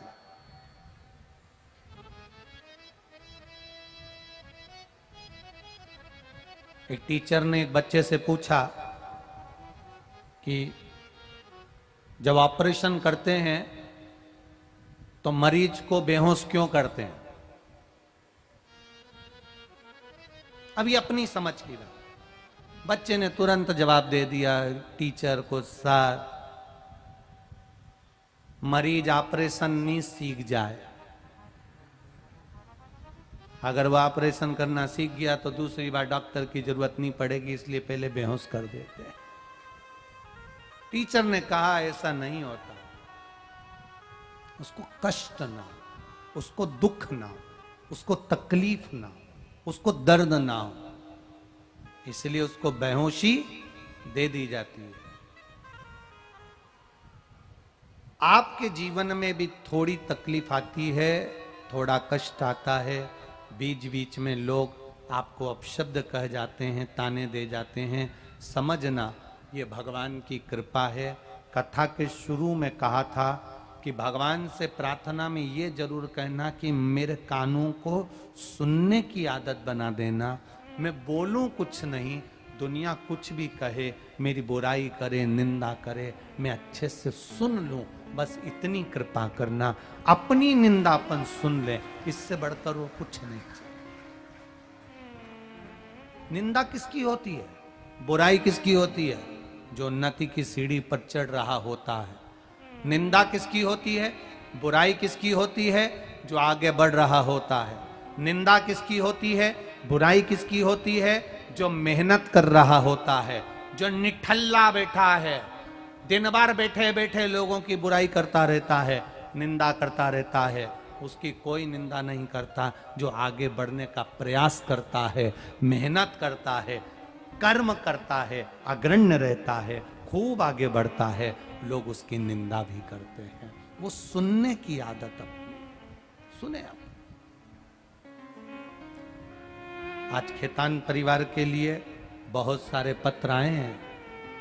खेतान जी, आज ज्यादा पत्र आप ही के लिए आए और पूरे खेतान परिवार को साधुवाद दिया है सारे पत्रों ने। सारे जितने पत्र आए सब में साधुवाद है आपको, एक निरंजन स्वामी जी को और एक आपको, बहुत बहुत साधुवाद। साधुता है, सुनने की आदत डालो, सुनने। भगवान को प्रिय लगा गजासुर, इतना सुंदर भजन करता है, इतना सुंदर स्मरण करता है, इतना सुंदर भक्ति करता है। पार्वती जी ने कहा जाकर उसको वर क्यों नहीं दे देते? शंकर भगवान कहने लगे वर देने गया और वर दे दिया और उसने भजन छोड़ दिया तो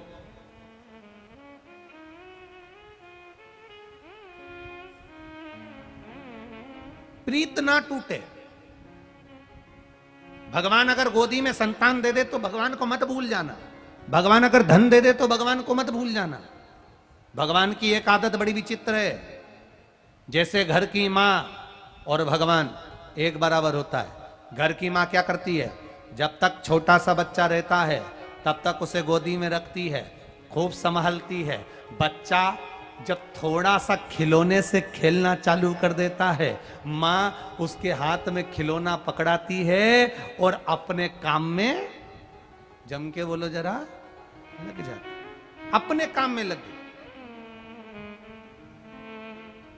बोलो सही है कि गलत है? मां की आदत है, जब तक बच्चा खिलौना नहीं पकड़ता, जब तक बच्चा खिलौने से नहीं खेलता, जब तक बच्चा खिलौने में मन नहीं लगाता, तब तक मां उसको गोदी में रखती है, संभालती है, रखती है, सहजती है। और बच्चा जब मां धीरे से खिलौना पकड़ाती है और खिलौने से बच्चा जब खेलने लगता है, मां उसके हाथ में खिलौना पकड़ाकर उसको धीरे से जमीन पर सुलाकर मां चली जाती है, अपने काम में लग जाती है। भगवान भी यही करता है।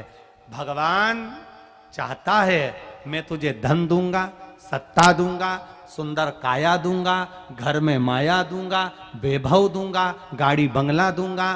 तू जब इसमें खेलने लगेगा मुझे भूल जाएगा। भगवान कहते हैं मैं तुझसे दूर हो जाऊंगा। मैं भी चाहता हूं कि तुझसे दूर हो जाऊं, क्योंकि अगर तू मेरा भजन करता रहा तो मुझे तुझे गोदी में बिठाना पड़ेगा। जब तक बच्चा खिलौने से नहीं खेलता तब तक मां गोदी में रखती है। भगवान चाहता है अगर मैं तुझे दे दूंगा और तू मुझे छोड़ेगा नहीं। पर भगवान कई ऐसे होते हैं कि वैभव मिलने पर परमात्मा को नहीं छोड़ते, सत्ता मिलने पर परमात्मा को नहीं छोड़ते, धन मिलने पर परमात्मा को नहीं छोड़ते। और कई ऐसे होते हैं जो सुख मिल गया तो परमात्मा को छोड़ देते हैं। भगवान को लगा गजासुर भजन करना बंद ना कर दे। पार्वती जी बोलती हैं आपका भक्त ऐसा नहीं हो सकता। शिव का भक्त शंकर भगवान को एक बार अगर पकड़ लेता है तो शंकर भगवान को अगर शंकर का भक्त छोड़ भी देता है तो शंकर भगवान अपने भक्त को मरते दम तक नहीं छोड़ते, अपने भक्त को नहीं छोड़ते, शिव नहीं छोड़ता।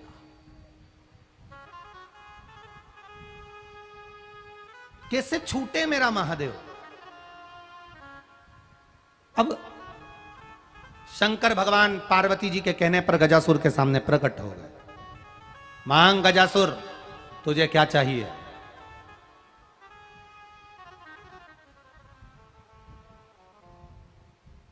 ये नेपाल की पावन धरा कथा चल रही है, डोलेश्वर शिव पुराण। डोलेश्वर, मांग गजासुर, तुझे क्या चाहिए। गजासुर ने कहा, बस भगवान, मैंने कुछ मांगने के लिए तप नहीं करा।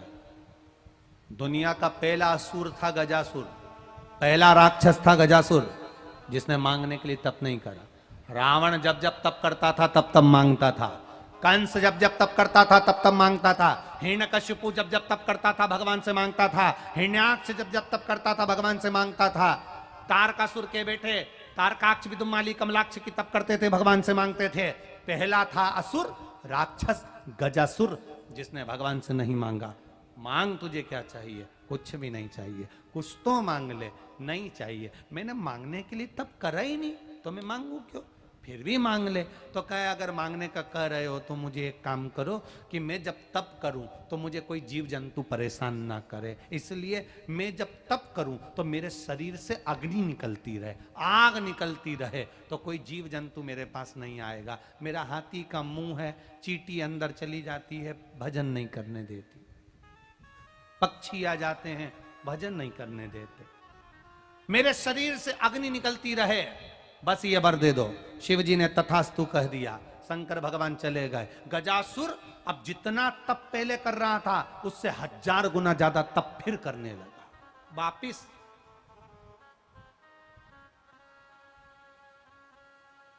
करना।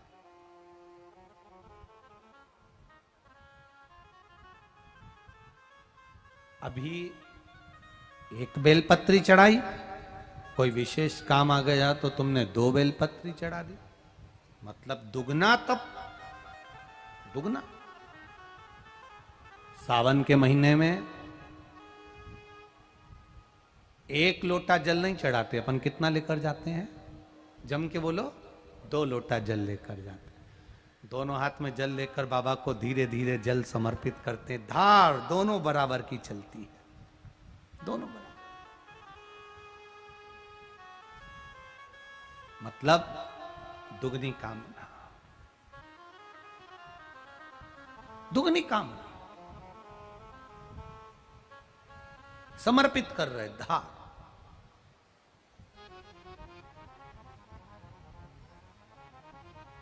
एक सावन के महीने में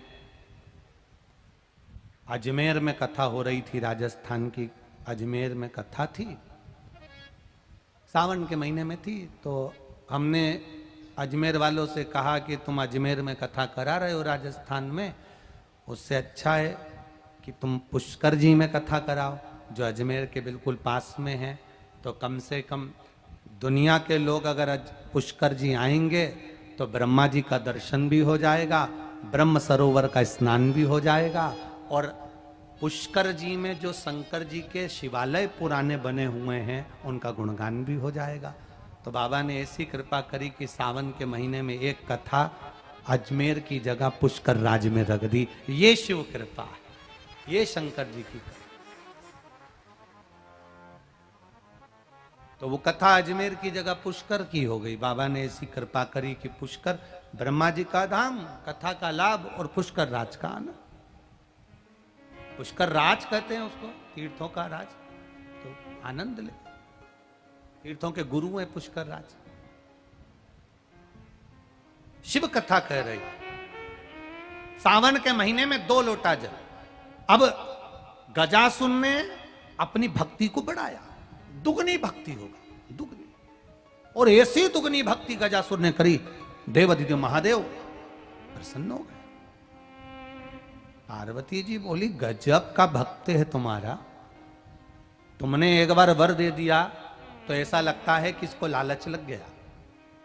अगर वर दिया है तो लालच लग गया इसको। हमको ऐसा लग रहा है कि इसको लालच लग गया। शिव जी ने कहा मेरे भक्त को लालच नहीं लगता।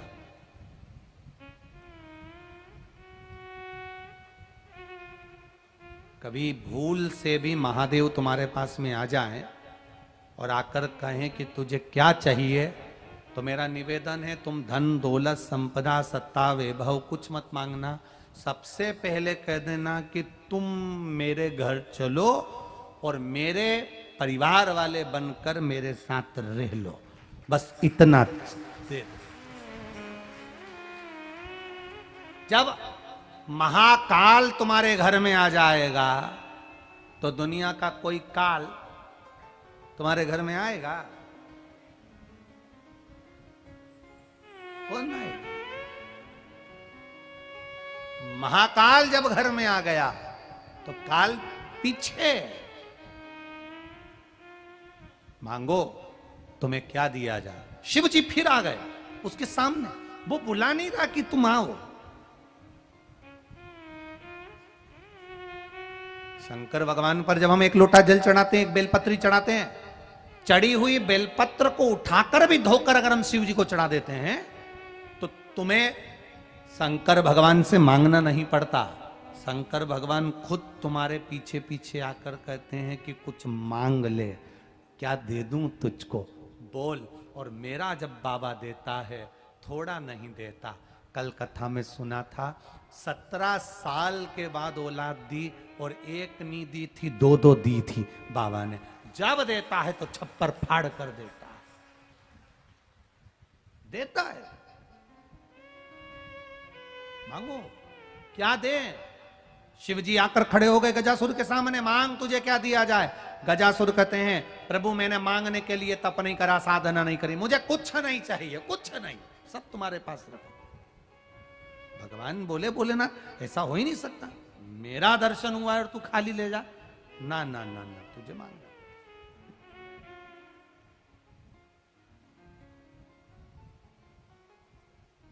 कई बार ऐसे रिश्तेदार मिल जाते हैं जो कहते हैं साहब हमारा लड़का अच्छी नौकरी करता है, सर्विस करता है, व्यापार अच्छा है, हमें दहेज का 1 रुपया भी बोलो जम के नहीं चाहिए। कोई मिल जाता है ऐसा हीरा, बहुत कम मिलता है और कह देता है हमें तुम्हारा 1 रुपया भी नहीं चाहिए। और कोई ऐसा मिलता है कि साहब हमारा काम धंधा बहुत अच्छा है, व्यापार बहुत अच्छा है, सब कुछ अच्छा है, नौकरी धंधा पानी सब अच्छा है, लड़का भी कमाता है, फैक्ट्री दुकान सब है, हमें तुम्हारा 1 रुपया भी नहीं चाहिए, तुम जो दोगे अपनी लड़की को दोगे। अब 2 बात हो गई। एक कह रहा है मेरे को कुछ नहीं चाहिए और एक क्या बोल रहा है तुम जो दोगे बोलो जम के अपनी लड़की को दो।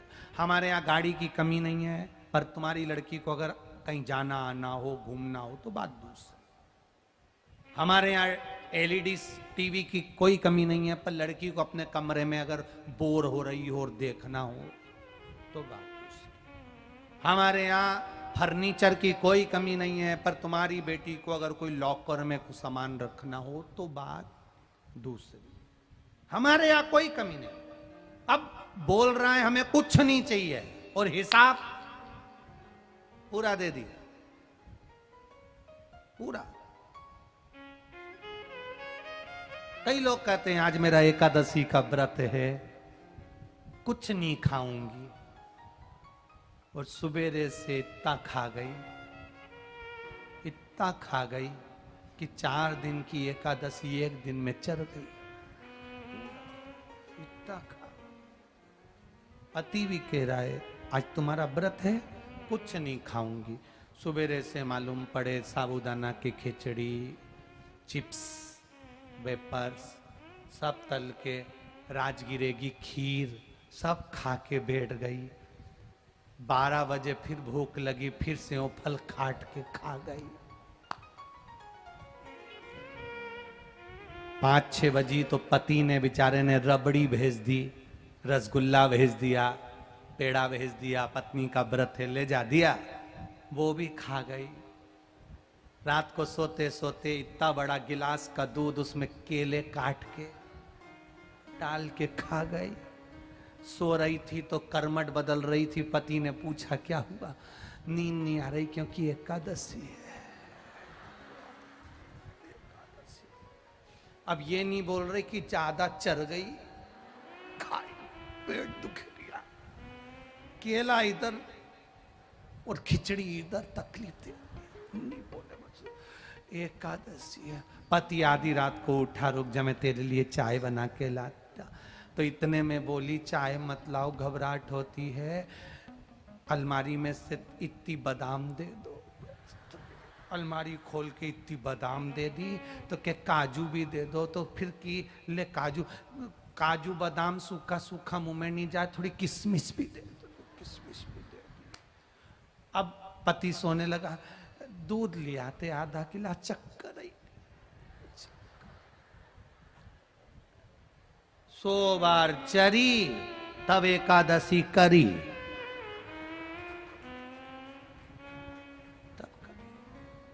पति ने भी दूसरे दिन हनुमान जी को नारियल चढ़ा के कहा इसकी एकादशी बंद करा दो, नहीं तो मेरी दुकान बंद हो जाएगी। इतनी चरे फिर एकादशी करे, क्या मतलब? 1 महीने की एकादशी, दो एकादशी में पूरे हफ्ते का बैलेंस गड़बड़ कर देती है। पूरे हफ्ते भगवान ने कहा मांग तुझे क्या चाहिए? गजासुर बोला मुझे कुछ नहीं चाहिए। मांगना तो पड़ेगा। भगवान बोले मेरा दर्शन खाली नहीं जाता, तुझे मांगना पड़ेगा। गजासुर बोले चाहिए ही नहीं तो मुझे काय को मांगू? नहीं, तुझे मांगना पड़ेगा। शंकर जी को जो 1 लोटा जल चढ़ाता है, शिव जी से मांगो चाहे मत मांगो, मेरा भोलेनाथ देकर जरूर जाता है। मांग तुझे क्या चाहिए? नहीं चाहिए, नहीं मांगना पड़ेगा। शंकर भगवान ने कहा, तब गजासुर ने कहा अगर देना चाहते हो तो अब क्या मांगू तुमसे? एक काम करो, मेरे पेट में आके बैठ जाओ। किससे कहा? शंकर जी, मेरे पेट में आकर बैठ जाओ। शंकर भगवान ने कहा ठीक है। शंकर भगवान उसके मुख से प्रवेश कर उसके पेट में जाकर बैठ गए। शिव जी जैसी पेट में गजासुर के जाके बैठे, चारों तरफ हाहाकार मच गया। पार्वती जी ने सबको सूचना दे दी महादेव नहीं आए, महादेव नहीं आए। 8 दिन हो गए, 16 दिन हो गए, 32 दिन हो गए, शंकर भगवान नहीं मिल रहे। बड़े गजब की ढूंढना चालू करा, सारे ब्रह्मांड में ढूंढा, महादेव नहीं मिलते। ब्रह्मा जी ने भगवान विष्णु से पूछा कहां गए महादेव? भगवान नारायण बोले हमको ही नहीं मालूम कहां गए। ब्रह्मा तुम हो, सबका हिसाब तुम्हारे पास में है, शंकर जी का हिसाब भी तुम्हारे पास होना चाहिए। ब्रह्मा जी बोले सबका हिसाब रख लूं पर शंकर जी का हिसाब नहीं रखूंगा। कब जाते, कहां जाते, कब आते पता ही नहीं पड़ता। एक शमशान में राख लपेट के आते, दूसरे में मुर्दे की तैयारी करी आते। अपने बस का है नहीं ऐसा हिसाब। अब तुम बताओ कि भगवान कहां गए? भगवान विष्णु कहने लगे चिंता मत करो मैं ढूंढता हूं। भगवान नारायण ने ध्यान लगाया, नेत्र बंद कर मेरे महादेव। जो ध्यान लगाकर भगवान विष्णु बैठे और ध्यान लगाकर देखने लगे कि मेरे शिव गए कहां हैं, तब लगाया अंदाजा गजासुर असुर है, राक्षस है। उस राक्षस के पेट में मेरे महादेव बैठे हुए हैं। महादेव बैठे राक्षस के पेट में।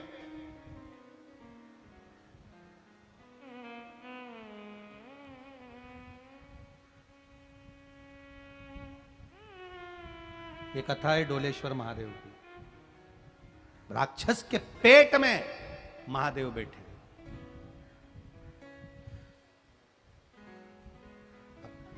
पेट के अंदर छोटा सा बच्चा होता है तो वो मुड़ा हुआ होता है, दबा हुआ होता है। मेरे शिव गजासुर के पेट में बैठे रहे, झुककर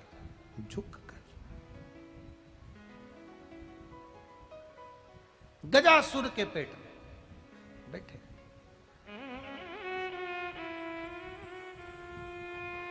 और जब गजासुर के पेट में मेरा महादेव बैठा, सब जगह पर ढूंढा गया, नहीं मिले। भगवान विष्णु कहते हैं चिंता मत करो मैं लेकर आता हूं। भगवान विष्णु ने बुलाया नंदी को, नंदी आओ। नंदी ने हाथ जोड़कर बोला बोलो प्रभु क्या बात है। भगवान कहने लगे नंदी सरस्वती को बुलाओ। सरस्वती को बुलाकर कहा इस नंदी को डांस करना सिखाओ, नंदी को नृत्य करना सिखाओ। सरस्वती जी बोली मैं वीणा वादनी स्वर देने वाली मैं इस नंदी को स्वर नृत्य सिखाऊंगी? नंदी को? मैं नंदी को नृत्य नहीं सिखा सकती। मैं वीणा वादनी सरस्वती ब्रह्माणी ब्रह्मांड को नृत्य सिखाने वाली, संगीत और स्वर देने वाली हूं। मैं नंदी को नहीं सिखा सकती। मनुष्य को सिखा सकती हूं, पशु को नहीं सिखा सकती। नंदी को जब पशु कहा, भगवान विष्णु ने तुमरुका जी को बुलाया। तुमरुका जी तुम स्वर सम्राट हो, नंदी को नृत्य सिखा दो। तुमरुका जी ने कहा जो आज्ञा प्रभु। भगवान विष्णु के कहने पर नंदी को नृत्य सिखाया गया। नंदी नृत्य करने लगे, सीखने लगे। सीखते सीखते कई दिन निकल गए।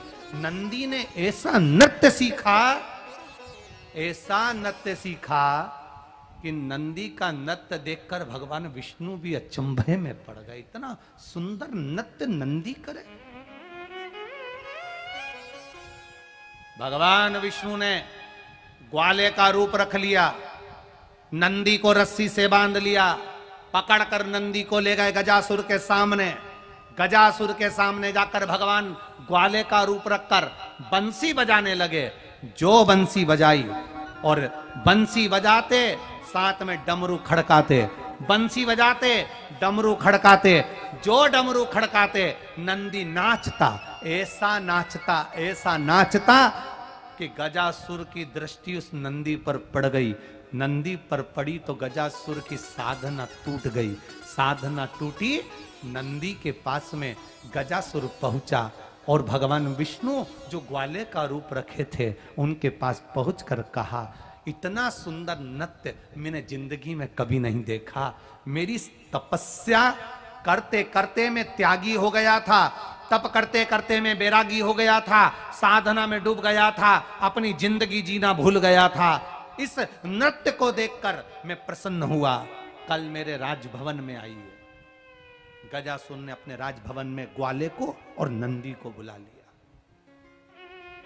ग्वाले को और नंदी को बुलाया। राजभवन में भगवान विष्णु ग्वाले का रूप रख कर गए और नंदी को साथ लेकर गए। जाकर भगवान विष्णु से कहा कि ग्वाले बजाओ बंसी, खड़काओ डमरू। बंसी बजाए भगवान, डमरू खड़काए भगवान और नंदी छम छम कर कर नाचा। ऐसा नंदी ने नृत्य किया, गजासुर प्रसन्न होकर आनंदित होकर कहने लगे ग्वाले प्रसन्न कर दिया तुमने, मांगो तुम्हें क्या चाहिए, क्या दिया जाए तुमको।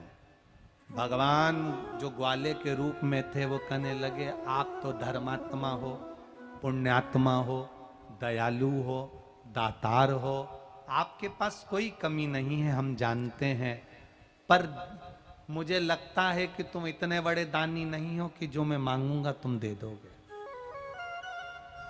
नहीं नहीं मांगो मांगो, क्या चाहिए तुमको। नहीं नहीं,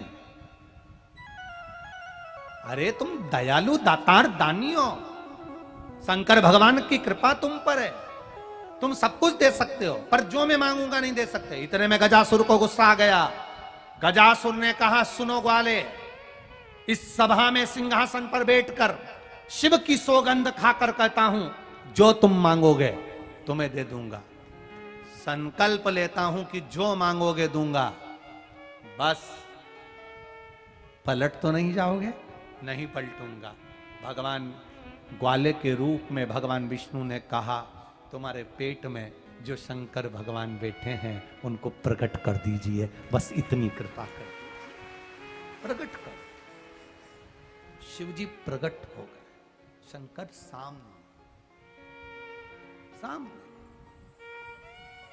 गजासुर चरणों में पड़ गया। बाबा, आप मेरे पेट में थे, मैंने किसी का अहित नहीं करा, आपने देखा होगा। मैंने आपको पेट में रखा पर अहित करने के लिए नहीं रखा।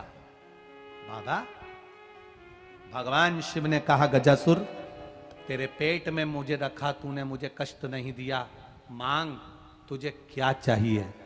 गजासुर कहता है, जैसे झुककर आप मेरे उदर में बैठे रहे, उसी तरह इस भूमि पर आप झुक कर बैठे रहना। आपने मुझे नहीं